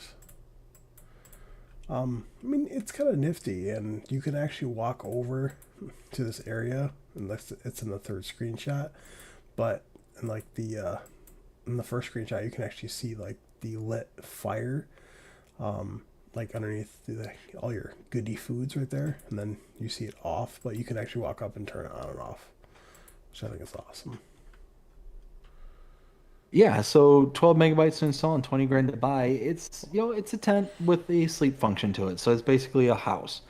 Um, so this one I'm not that opposed to because it's meant to be simple, but there's tons of detail to this. So you can see where that 12 megabytes, even though this is a very small, like not that like big of a structure, you can see where that detail's coming from between the fire, between the goods that are outside. You can see the shelving that's there. Like it's very highly detailed for being a small, compact unit. So it's nice. It's really cool. Um, and again, this would portray a good kind of storytelling aspect to things. So again, I like this, and I think this would be worth an install. Here, the last new mod for the 28th. That's going to be uh, I'm not going to even try to pronounce that. Basically, it's just a pack of like poles. The Pack Balise Temporaire de Chantier. Oh, something like that. That's gonna be zero. I'm Yeah, just poking in the dark on that one. I have no idea. back Belez. I don't. I don't know. It's gonna be 0.86 megabytes to download. Um, Anybody in the audience now speak what I presume is French, French? yeah. Because I think that would be really awesome to hear how that is actually Yeah. supposed to be pronounced in like the native language. Pack Balise. I don't know. I'm just guessing at this point. I don't know. I mean, 1 megabyte to install and like at most $50 to purchase. It's not bad. If this is a style that will fit on your map, then hey, cool. But this is extremely hyper specific to a specific region, and yeah, France. So maybe on Pelinier, this would be a good one to have. But all in all, this is going to be a pass for me. I don't put a lot of effort into the not effort, but a lot of megabytes into the deco that isn't like part of base game. So I just translated this, and it said construction site temporarily beacon pack. Ha, that makes sense. I'm just trying to figure out here. Just trying to see if I can.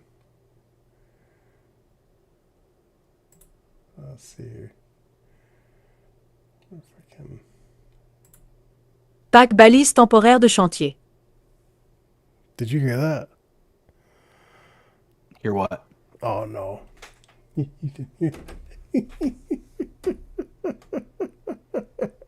What'd you do? No, so I played it, so my stream heard it. But I got it to play it.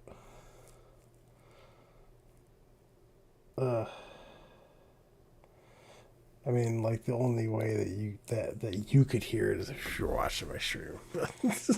Mm, so it's like the translation. Yeah, and it actually read it in like the French language. I gotcha. I gotcha. So if I go, I guess I'm gonna have to miss out on it. Pack balise temporaire de chantier. oh, I just did it. I just played it again. I'm like, oh. Let's see here. So what was your favorite new mod from the 28th? Oh, I it'd have to be the AI balers. The balers pack works with AI. Even though that there's some quote unquote flaws that I think it has, I think it's a game changer by far and away. One of the biggest deals that we could have, is having balers that can actually be used with the AI system. I love it. I really hope that it's going to be tweaked. That weight, especially, is going to have that tweak made to where we'll be able to utilize that specifically that weight with the AI system so that we are able to then utilize any piece of equipment, regardless of what it is, by itself because of that weight. Because then we could take any baler outside of this pack and be able to utilize it for the AI system. So you could take just a normal square baler and just kind of chug away, kind of thing. I would Right. love that. I would absolutely love that. Now, as much as I love Icus's buildings, as much as I love that cow shed, I definitely want to say my favorite would have to be Agroforce, the map that came out. Oh, dang, I forgot about agroforest. Yeah. Um He's like, can I yeah, change? I'm still gonna stick with the base, but but agroforest is like right behind it. Like right on its heels. Now it's for the 27th. We did get a couple updates. Well, the big one I want to talk about was precision farming, which is 121.36 megabytes to download. It is changed on 1.1. Um,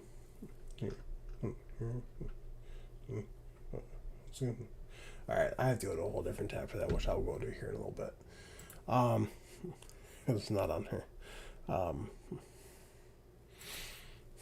I think, yeah. So, and then on the 27th, we did get a map update for Spuzwasco. Spakovo. Oh, hang on a second. I want to see if we'll do it here.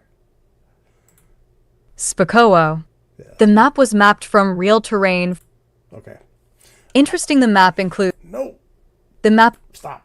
Spakowo.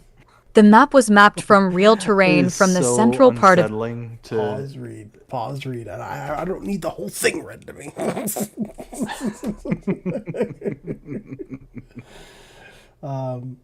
So this be at 980.82 megabytes to download. This be changed on 1.1, which is going to be the map has been prepared for precision farming.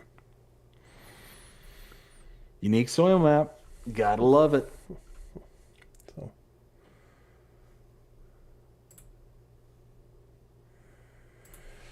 let's see here. I'm trying to think here. Yeah. All right. So that would be it for that week. Now, if I go up to here, go up to updates.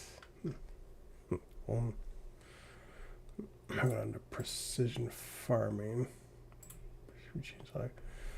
So you got change that 1.1, which there's 1.1.0.1. That was a quick fix for a problem. I don't know what it is, but it doesn't list it. So I got So I think this one updated the ability to do cultivating and contracts where the ground state doesn't necessarily change as much as it does kind of. Well, let me rephrase that. Anytime that you had a field that had the kind of tram lines that were already pre-built into the field, if you had a contract that didn't actually erase the tram lines, it didn't recognize that you were completing the contract. So you'd be able to get the contracts up to like 91% and then just kind of were sitting in limbo. right. I think this update helped update those as well as several other things as well. Yeah, so it was added option to set the tram line direction on the field. Mm-hmm. Added options to disable speed dependent spreader application and realistic spread pattern, which are two different options that are in your menu, in your settings menu. Then you have fixed cost of AI field help field worker. You have fixed harvesting of potato and sugar beet. Fixed issue with cultivating and sowing emissions, like what you were probably saying. Yep. Fix missing seed rate functionality on combination with some other mods. Fixed seed rate of potatoes.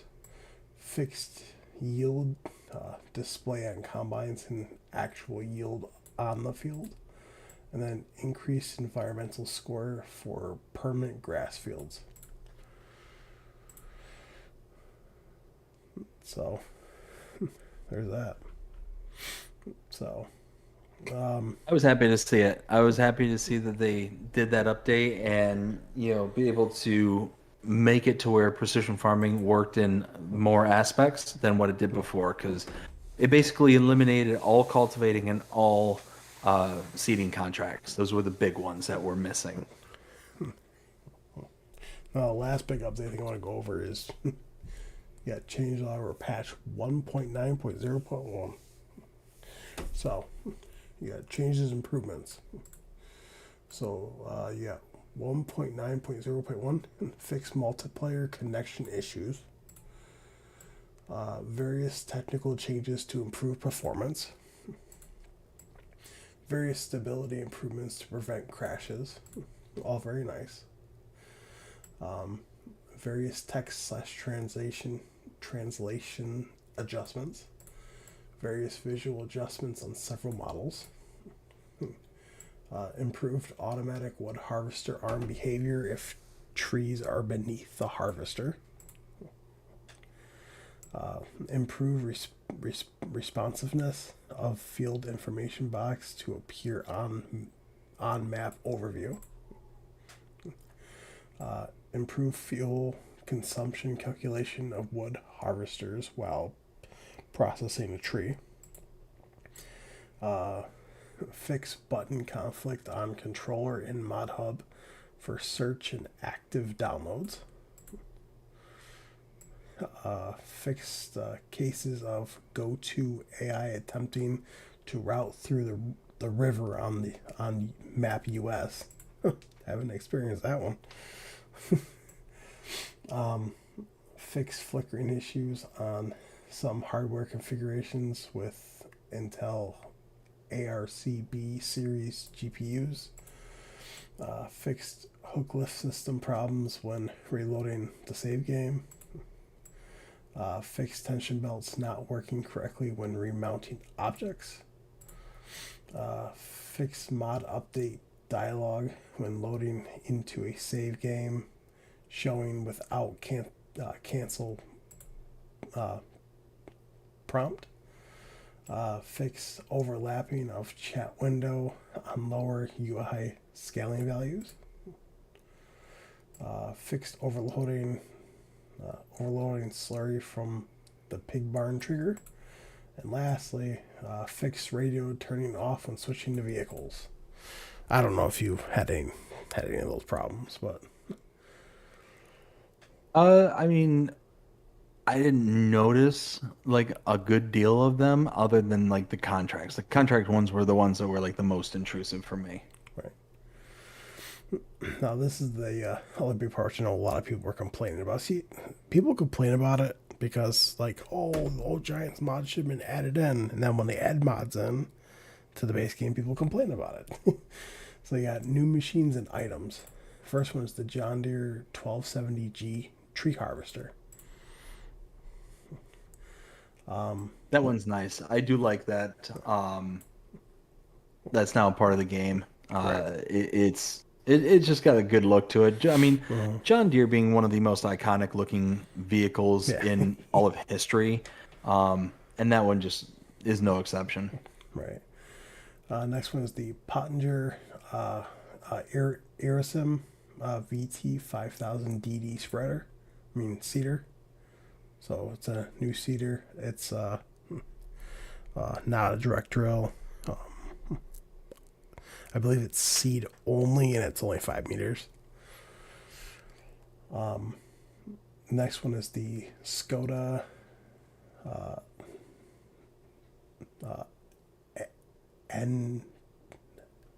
Enqua Coupe RS IV car. Basically, it's electric version of the base game one. Mm-hmm. And then the last one is the Vader said top down 600 cultivator. So it's just a different cultivator. And just some modding things. But, I mean, overall, I mean, it wasn't a bad patch. Which I know that some people are still having problems. Even after this, and I know a lot of people are like, oh, things are still broken. Like, I know FS22 didn't have these many patches out, especially when it first came out. I get that. And I get where people are coming from. But you also need to understand, too, that people need to understand that a game's not going to be perfect. Like when Grand Theft Auto 6 comes out, like, do you think there's not going to be bugs when that comes out? There's going to be bugs. There's always bugs, no matter what you do. And then the second when a patch comes out, you know what happens? Something happens. So, Yep. Well, I mean, look at all the hubbubaloo that happened with Cyberpunk 2077. yeah. I mean, that game was so beyond broken that Yeah. basically people got reimbursed for their game that they bought. They had massive returns and pretty much killed the entire franchise for the most part. I Yep. mean, after it got patched and all that stuff, I mean, the game was fine, but it's one of those where we don't live in the days of yesteryear, like when I was a kid, where you only had one opportunity to get the game right, Right. to where when I was growing up and playing on Nintendo and all that stuff, they had huge teams dedicated to testing and doing all that stuff. They don't Right. do that anymore. We Correct. are the testing team. Well, We are the unpaid testers. well, I mean, it's also like I mean, you bring up a great point, like the Nintendo 64 Donkey Kong, for like prime example. Like you basically had a one shot to get that right. It was a fantastic game. I didn't find a single bug in that game. But I mean, all these newer games that come out, I'm not complaining about it or nothing. I'm just making a statement. I mean, I personally have not had an issue, which is fantastic. I mean, I know a lot of other people have had issues, and the issues I had downloading the game on my PC, and I do want to say I was having problems with it, but it ended up being my fault. So Oops. no, because when I tried to install on my PC, I was installing to drive C, which for some odd reason it didn't like it. Probably because it was going to use up almost the whole space. So then when I did it, I customized it. I did a custom install where I sent it to drive D instead, and it installed with no problem. I'm like, I gotcha. really? So if I did this the entire time, then I could have had it download. I'm like, you gotta be kidding me. Those are the worst. Those are the worst when things like that happen, and you just feel Yeah. like, man, I just feel so like dumb. Like I Right. feel dumb right now. Right. You know. So, I mean, it's Monday now, so I'm really gonna curious to see if we're gonna get anything. 'Cause I know last week Monday we didn't get anything. I mean, it being what, the day before release? Is it the day before release, or is that next Yeah. week? No, that's tomorrow. It is tomorrow. Now I know usually a day before release for a DLC.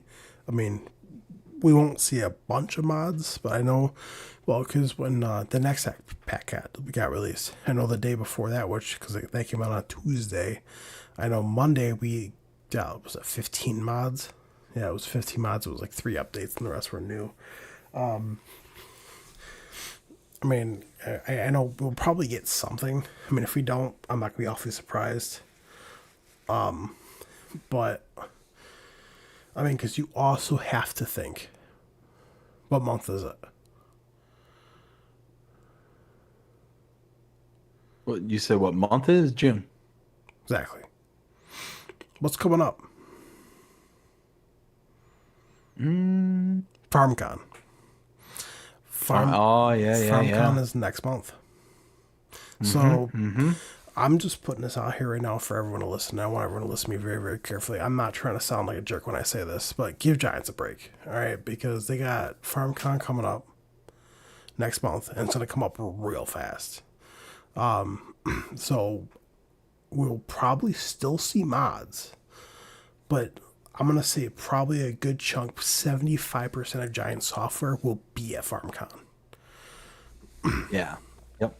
So, I have a feeling that most likely tomorrow is going to be on the lighter end, yeah, and then we're going to get the DLC drop, on Tuesday. yeah. We might get some things that kind of come along with it. Yeah. But again, I think it's going to be light. I think Wednesday is likely going to be our first day where we start seeing any kind of movement in the way of mods coming in the door for us. But that's just a guess. Well, I mean, because if you think about it, I mean, I can go back and take a look. I mean, it's gonna take me a little bit, but every single DLC release that we've ever had, and this is coming from FS22 and now to this game. I'm not counting 19 because it really didn't happen for 19, but for 22 and not for this game. If you can go back to the next set DLC. Do you know how many mods we got dropped with the next hat DLC? I don't remember. We had 48 mods drop with that. Yeah. Typically, usually, I don't know, Giants are weird because they'll either release some the day before and then release a little bit more when the DLC comes out. Or they'll release nothing today, and then tomorrow when they release the DLC, oh, you know what, here's some mods for you, and then we'll get like 100 mods. I know, and I know, no, Mr. CDP's mod review that he did, I watched, it was a 2-parter. I honestly thought he was going to quit doing mod reviews. I really did. I thought he was going to quit because he's like, I can't keep doing these 2-parters. Like, it's like they don't release anything for one day and then we get 60 plus mods like the next day.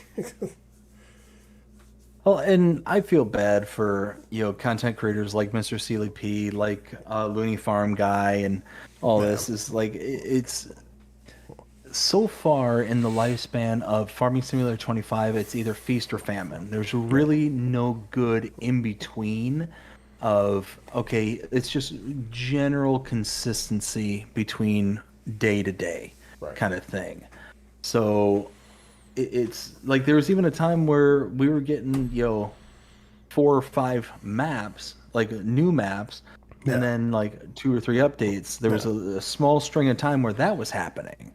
So it's just one of those, like, I get it. I personally get it because, hey, if I get 4 or 5 maps, I'm going to be, completely swamped, kind of thing. And I've got to put this out as quickly as possible. So I completely understand the position that people like Mr. Sealy P are in, and Looney Farm Guy, and, pretty much anybody who does mod reviews and stuff like that.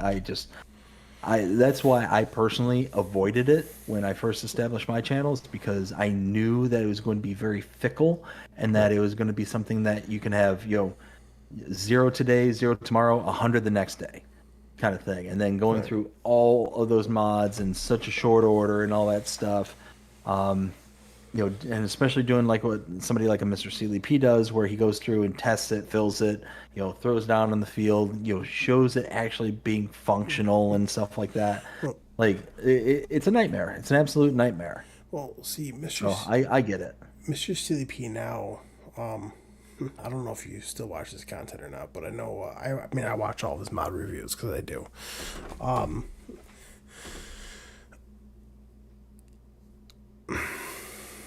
trying to think how I could phrase this. So basically, he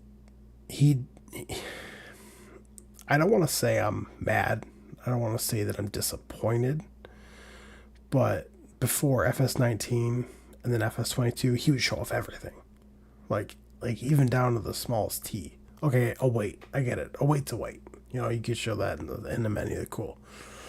There are a lot of things that he doesn't show off. It's like, oh, well, this is just a shed. And he'll just go right into the build mode, show you, and then move on. It's like, well, what happens, if there's a special feature with that shit or something, like, you don't know. Like, I mean, I get it. It takes a lot of work to do what he does. I mean, as of today, I'm going to be doing live streams, not really videos, but live streams of new mods. And I get it. I do. But, like, and then you have Looney Farm guy, for prime example, when he does every single mod in a different video. So he does Yep. one, and he shows us. He shows us everything. I know Mr. C because I went through the comments before on some of his videos, and a lot of people were complaining, that he changed, that he doesn't like doing the mod reviews as he used to. I know that, but I know in his last one he made a statement in part one that that he understands that a lot of people are mad and a lot of people want to complain because because of this and that, and he's not showing this. And he's like, well, there's some things we just know what they do already, so there's no really point. Like, I'll show in the shop, and that's it. Which he gets it, he does, but you got to think about it. I mean, do I want to see it? Yes, I want to see how it works, 100%. And but see, I'm on the fence here because I get his point of the side. Basically, there's a lot of mods, and that's okay. It's a plow. We know what plows do. It's a disc carrier. We know what they do. Like, I understand you want to show that off, but this is the other way I view it too. And there was somebody who left a nasty comment in this other Facebook group I'm part of, this council only group. I end up banning the person for this. Because someone made a comment about a mod because he watched Mr. Silly P and Mr. Silly P didn't show it off. All he did was just show off the customization, that's it. And then he moved on. Like, he wanted to know how it unfolded and what it did and all this. The one guy went on there and said, well, what system do you play on? And the person replied, said PS5, and then the guy ended up replying back to him by saying, okay, cool, go and download it, and then you can find out how it works. That's basically a summary. Like, I'm not gonna say the full detail because there were curse words and everything else in there. Sure. So I end up messaging the person. I'm not gonna say his name, but I ended up messaging the person. And I was like, "This is unacceptable."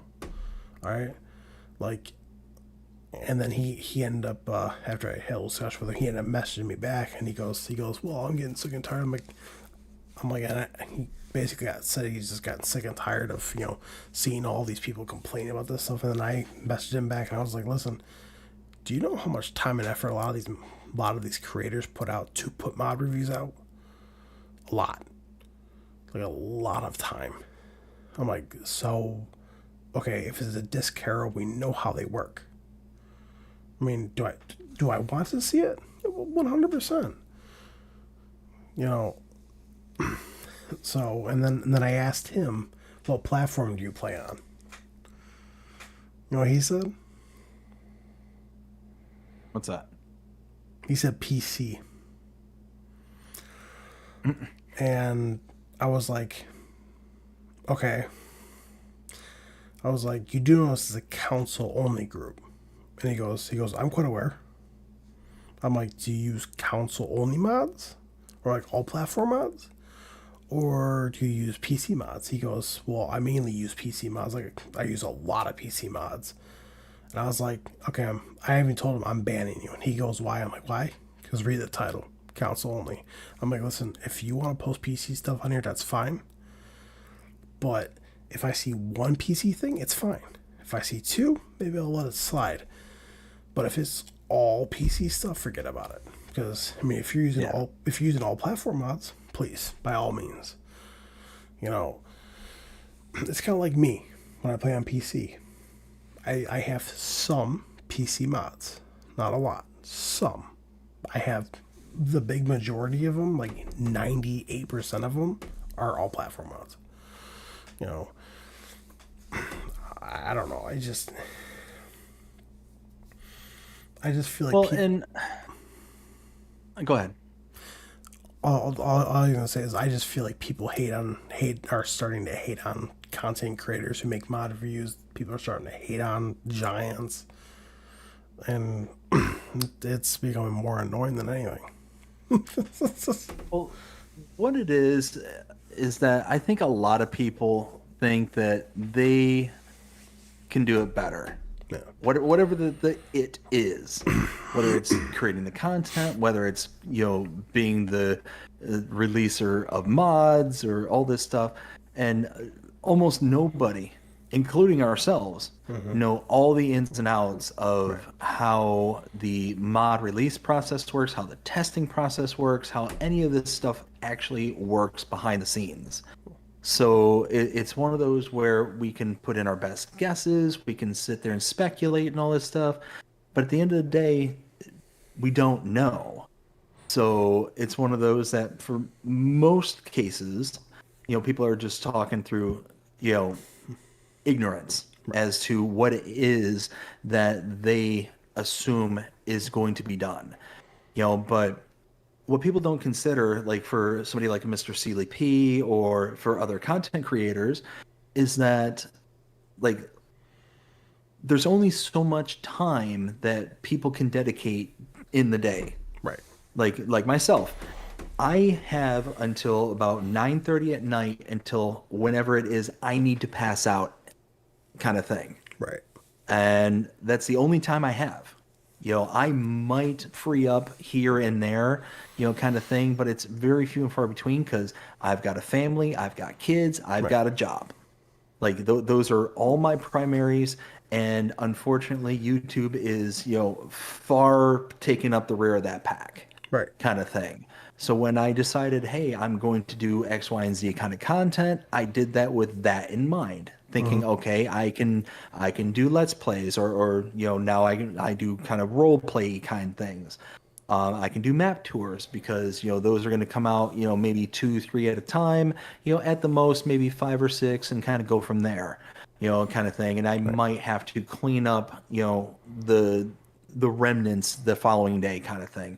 Updates, yeah, I can do that too because those tend to go really quickly, and kind of channel shorts and stuff like that. Like all that kind of stuff, I planned it very specifically around the whole function of my life, Right. kind of thing.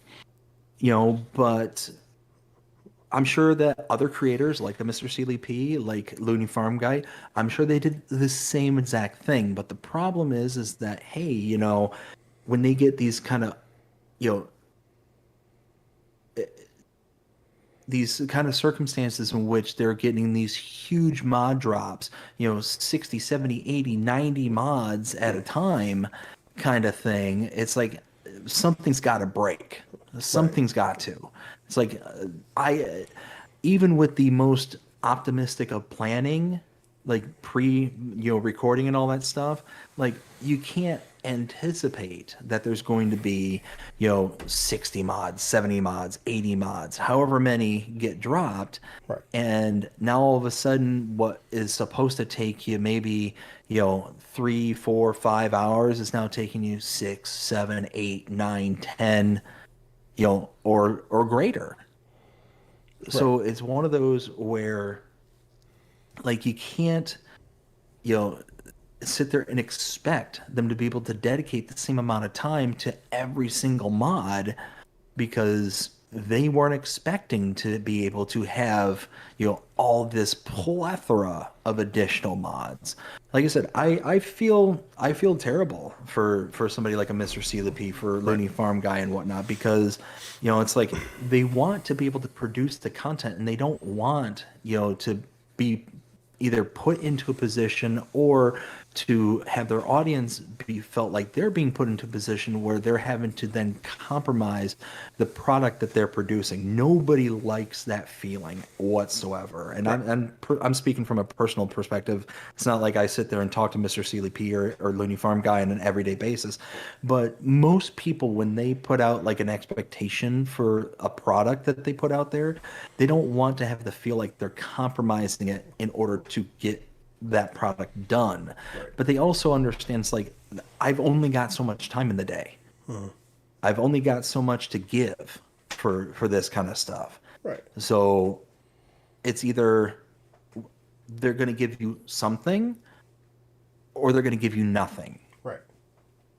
Exactly. So it's one of those where people have got to understand that, somebody like a Mr. Seeley P, again, I'm just speculating and stuff like that. This, again, it's one of those, I'm not speaking for him or anything like that. It's one of those, like, you gotta, like, understand, like, if you sit there and you push and you push and you push and like, I'm so angry that he changed this, or I'm so angry Right. that this didn't work out the way I expected it to and whatnot, and you sit there and you kind of, you complain and complain and complain. Well, the squeaky wheel doesn't always get the grease. Sometimes the vehicle breaks. Right. And in this case, the vehicle, the content creators like a Mr. Seeley P, or a Looney Farm guy, or myself, or Will T Gaming, or whatever the case may be. You sit there and you push hard enough. Sometimes they're like, you know what? It's not worth it anymore. And then you go from getting something to getting nothing. Right. And that is the worst case scenario, is taking these, content creators, taking these modders, taking these, map makers and whatnot, and instead of giving them, gentle words of encouragement, or saying, hey, being respectful, to where it's just kind of gentle, kind of pushes in a particular direction. Right. If you're taking a hammer to,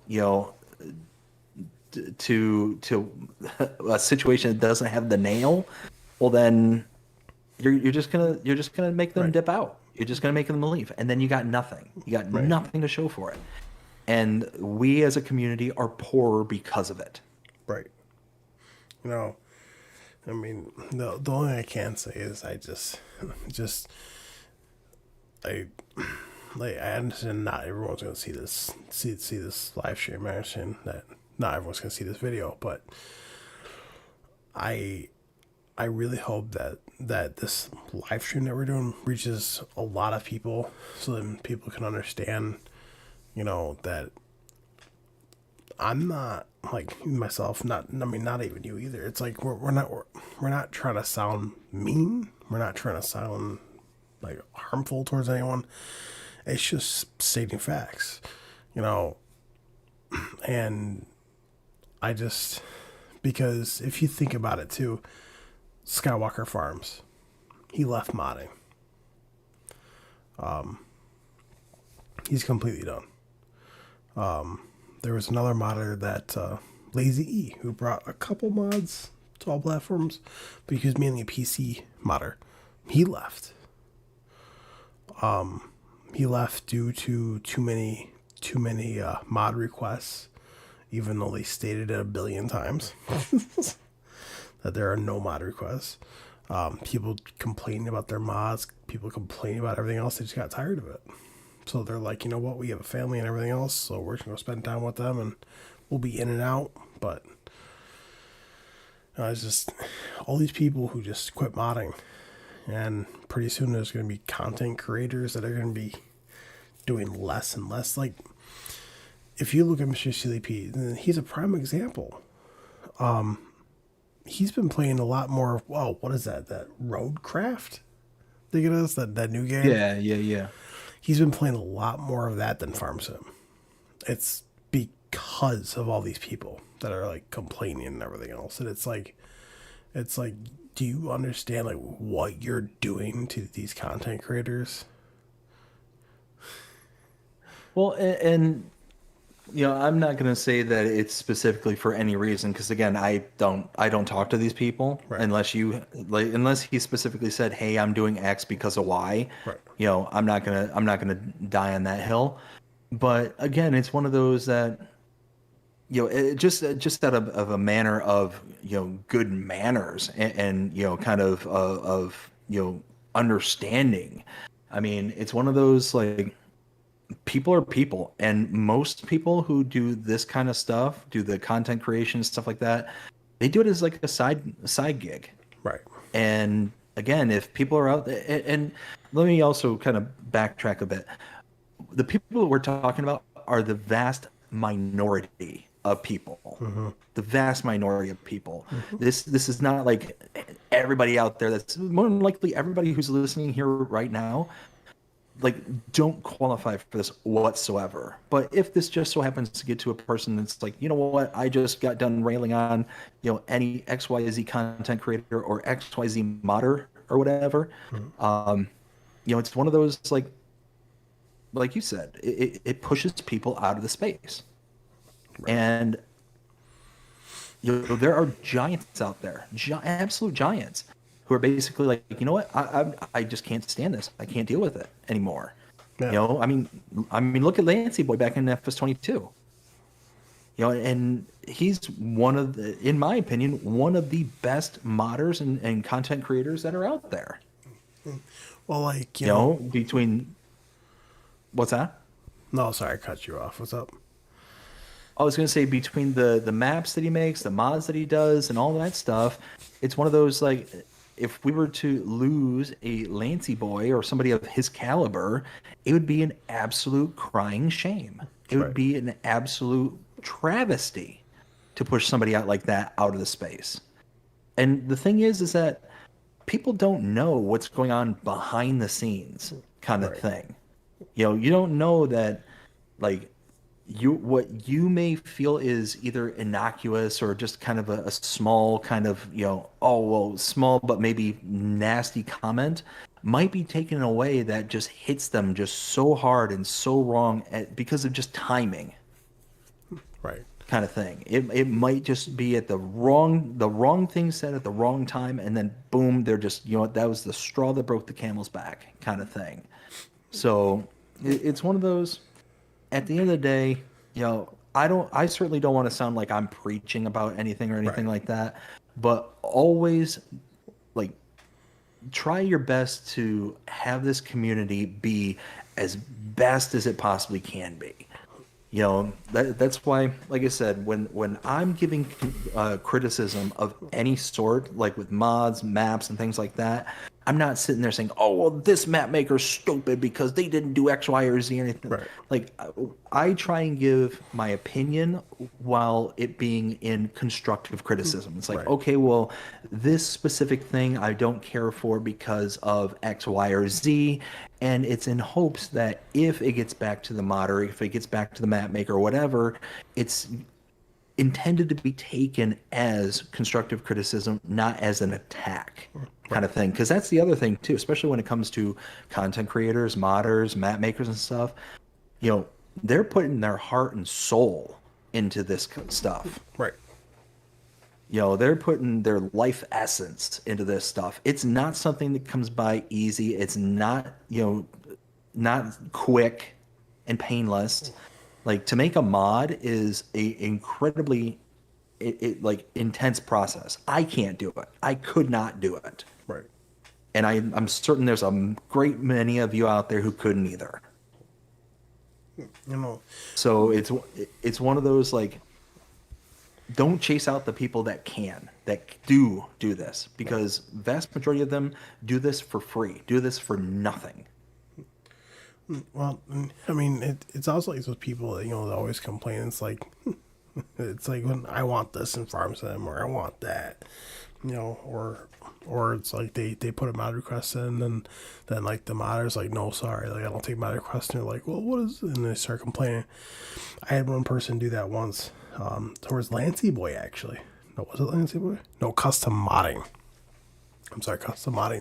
Somebody was so rude to custom modding. This was back in FS22. Custom modding actually said that they were going to stop modding for all platforms. Wow. And again, that would be a huge loss, yeah. a huge loss Yeah. if we lost somebody like custom modding. and thankfully for me, I ended up talking to him. I ended up getting a whole custom modding. I ended up talking to somebody from their group. They ended up clapping back together, and of course they're still here. Because I ended up talking with them. I ended up contacting the person who was being a jerk, and I said, "Hey, listen, modders don't take mod requests, all right, unless they specifically ask for it. I'm like, if you really want to mod that bad, guess what? Go get a computer and make it yourself. Mm-hmm. And he ended up replying back to me and said, that's just being rude. I don't know how to do that. And I'm like, well, then why are you chasing after people who clearly have stated no mod requests? But yeah, you're still insisting. He goes, and then I got a response with this. This blew my mind so bad. He literally stated, word for word, because I want it. It seems like everybody else gets what they want, so why can't I? And my only response back to him was, like I said, go get a PC, watch a modding tutorial, learn how to mod, then make your own mod. Yeah.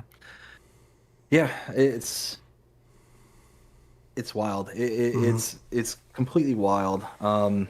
I was actually talking to my brother-in-law earlier today about the kind of self-entitlement. I had some things happen today that I'm not gonna, go into detail here on the stream, but needless to say, it was centered around self-entitlement, and it's that kind of prevalent attitude that seems to be, again, a vast minority. It's a vast minority of people, but unfortunately, that kind of minority also tends to be the loudest.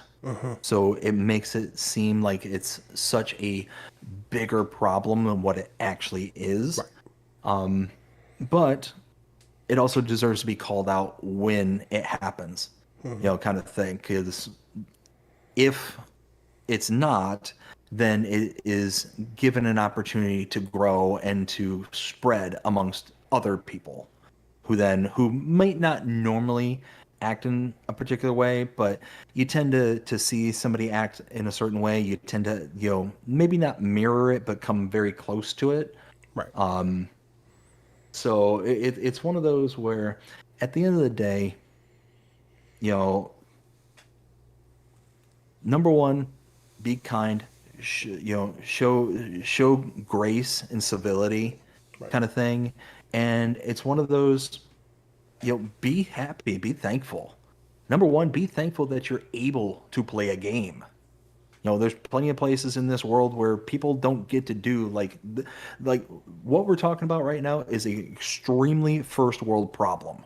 Like if you don't have the mod that you want or the map that you want or the feature that you want, that is one of the most extreme first world problems I think I've ever heard in my entire life. Right. You know, Number two, remember that people are people, that they have lives outside of this sphere, and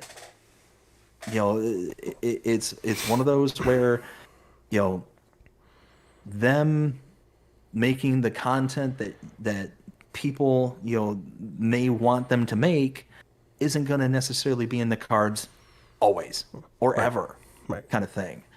Oftentimes, like again, I'm going to use myself as an example because I can speak to myself. I make the content that I want to make because it entertains me, and I hope that people can come along for the ride, kind of thing. And I hope that I find those people who are, entertained by what it is that I'm doing, kind of thing. That's my hope. That's my plans, kind of thing. But at the end of the day, if I'm getting bombarded by other people saying, "Hey, you should do X," or "Hey, do Y," kind of thing, and let's say I even start doing some of those things, well, then it's no longer me being authentic. It's no longer me doing what it is that I am having the most fun with. Is that Right. I'm kind of the clapping seal at that point. So I'm not going to produce the content that's going to be the most entertaining. That is going to entertain myself or anybody else that I feel. It's going to be one of those that is just going to be kind of forced and into a different vein, kind of thing. So, like I said, at the end of the day, it's one of those where, you know, show grace, show kindness, and be thankful. Be thankful that we have the opportunity to even do this kind of stuff, that we get to play a game, 100%. kind of thing. 100%. So, like I said, I'm not trying to preach, and I'm not trying to sound like, somebody who's trying to wag his finger at people. That's not my intentions with this. Um, but it is one of those things. It's like, hey, you can only push somebody so hard for so long before they're like, you know what, it's not worth it anymore. I'm not getting the sense of satisfaction out of this that is going to be enough to counteract the negativity that's coming from it. Exactly. And eventually you go from getting something to getting nothing. Right. And that's what it ends with. Exactly. You know, oftentimes the people who are sitting there screeching the loudest are not going to get what it is that they want. Oftentimes they're just reduced to nothing. And then again, we as a community are poor for the experience. Right. So just be thankful, be grateful, be kind. Exactly. 100%. Well, man, it is 1:19. It is, it is. You want to start wrapping this up? Or we can start wrapping this up? Yeah, I think we can do that. I think we've beaten this horse as long as we have. Yep. Let me catch up with the chat just real quick. I left off with Farming with Outlaw Ag says doing good. Just playing on my new favorite map. Probably has to be one of the top best maps for PC. Very nice. Farming. Which one is it? Out of curiosity, I don't think you actually. probably Yeah, no, right. you didn't actually label which one. Probably by DJ. Samuel with the 123, Munchies with an LOL. That's a very nice, nice new map. 100% agree. I believe you were talking about the agro forest. And then also says you still only get about half the yield with precision farming that would be without it, which kind of sucks. I agree. I 100% agree. That does kind of stink, but it's one of those that it does offer a bit of unique gameplay ability, which I do appreciate. I went ahead and posted Munchie's new song there in the chat, patch 1.9. Go ahead and check it out. I think it was hysterical. Yeah. Did you actually listen to it yet? I did, yeah. Yeah, I thought it was hysterical. And then Samuel says, "Hey BDD, good morning, y'all at Florida. Good morning.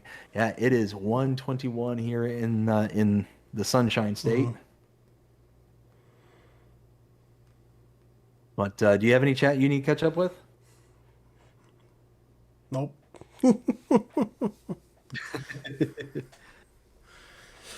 Nope. Nope.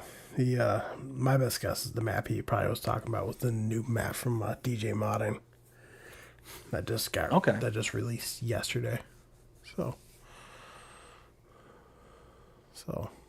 I gotcha. Let's see. Samuel did say BDD is next live stream start time. So if Giants doesn't release any maps or updates tomorrow for maps, so anything to do with the map tomorrow, I will likely be streaming tomorrow starting at 9:30 p.m. Eastern Standard Time. That tends to be my start time for pretty much all my content. Now be on the lookout. Be on the lookout. I might have a prolonged period of time within the next 2 weeks where I'm actually going to be able to stream for a longer than normal and during times that I normally am not available for. The misses and kiddos are heading out of town for a couple of days and not exactly sure all the details just yet. So I'm just saying maybe some long form live streams. Maybe. Be on the lookout. I will keep people posted as to what's being planned. hey, psst. Yo, you literally just gave me an idea. Uh-oh. Well, but whenever that happens, and then if you end up having a couple days, you can stream a lot longer. I think we should stream together. I'm down. So, Well, like I said, if this happens, Yeah. my plan is to get some of the members and whatnot for the channel, get them in like throughout the stream and kind of cycle in and out and kind of do stuff like that.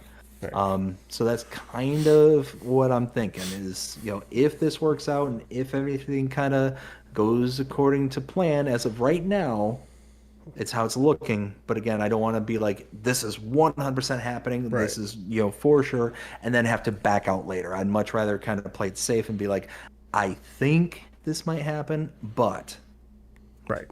Exactly. Play it safe. yep. So. All right. Well. But Well. As per usual. I mean, man. If you guys wanna stay up to date with any news, mods, updates like that, make sure you check me out on Facebook at Will T Gaming FS Encyclopedia if you haven't yet. Because I post everything daily. Which Bree literally called it a full-time job.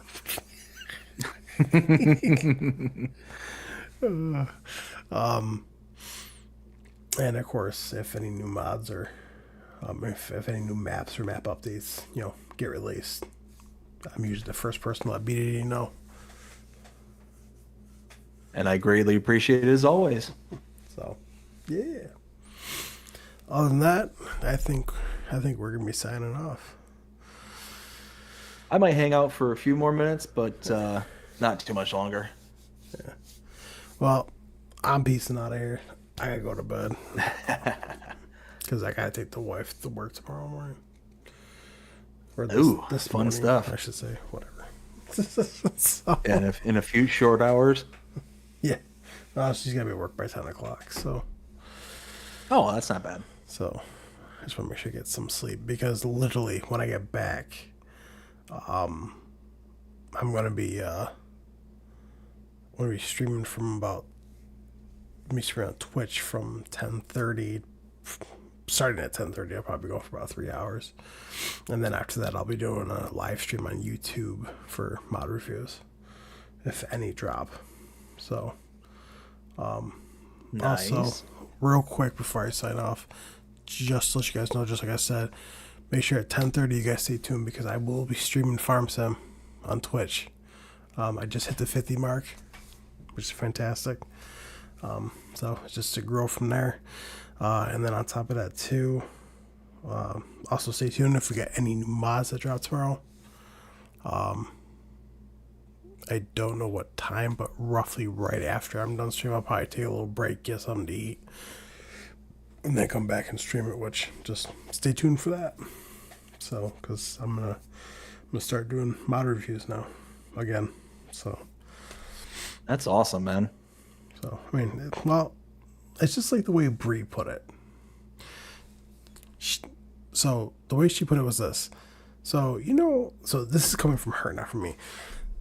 She looked at me and she goes, "So you know how like your best friend BDD does map tours, right? And these map updates." And I was like, "Yeah." I was like, "What about it?"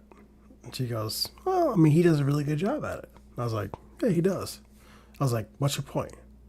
Because I was like, "You just get on with the point." And she goes, "Well, why don't you do mod reviews?" And I was like, "Okay, well, there's already 3 people I watch, probably more than that do mod reviews." And she goes, "Yeah, but the amount of modders that you know, the amount you know about Farm Sim, and also the amount you know about these mods,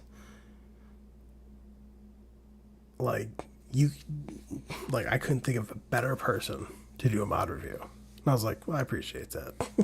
so I told her, yesterday when I told her for today, that I'm gonna start doing mod reviews.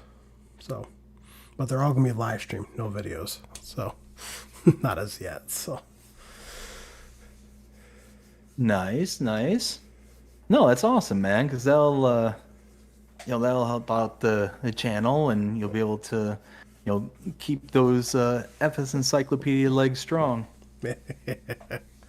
so. All right, guys. Well, I'm signing off of here. I don't know how long BDD is gonna be on for, but A little bit longer, not too much. All right, guys. Well, I hope you guys have a wonderful night, morning, whatever it is. Uh, and don't forget, if you guys like what you guys saw, make sure you smash that subscribe button, hit the bell so you get notified whenever I post a video or go live. Also, make sure you smash that like button. It really helps out the channel. Other than that, I hope you guys have a wonderful day. Stay safe, and I'll see you guys later. Take care, man. We'll talk to you later. All right, see ya. All right, Samuel, I saw before you delete the message that you said you were taking off. I hope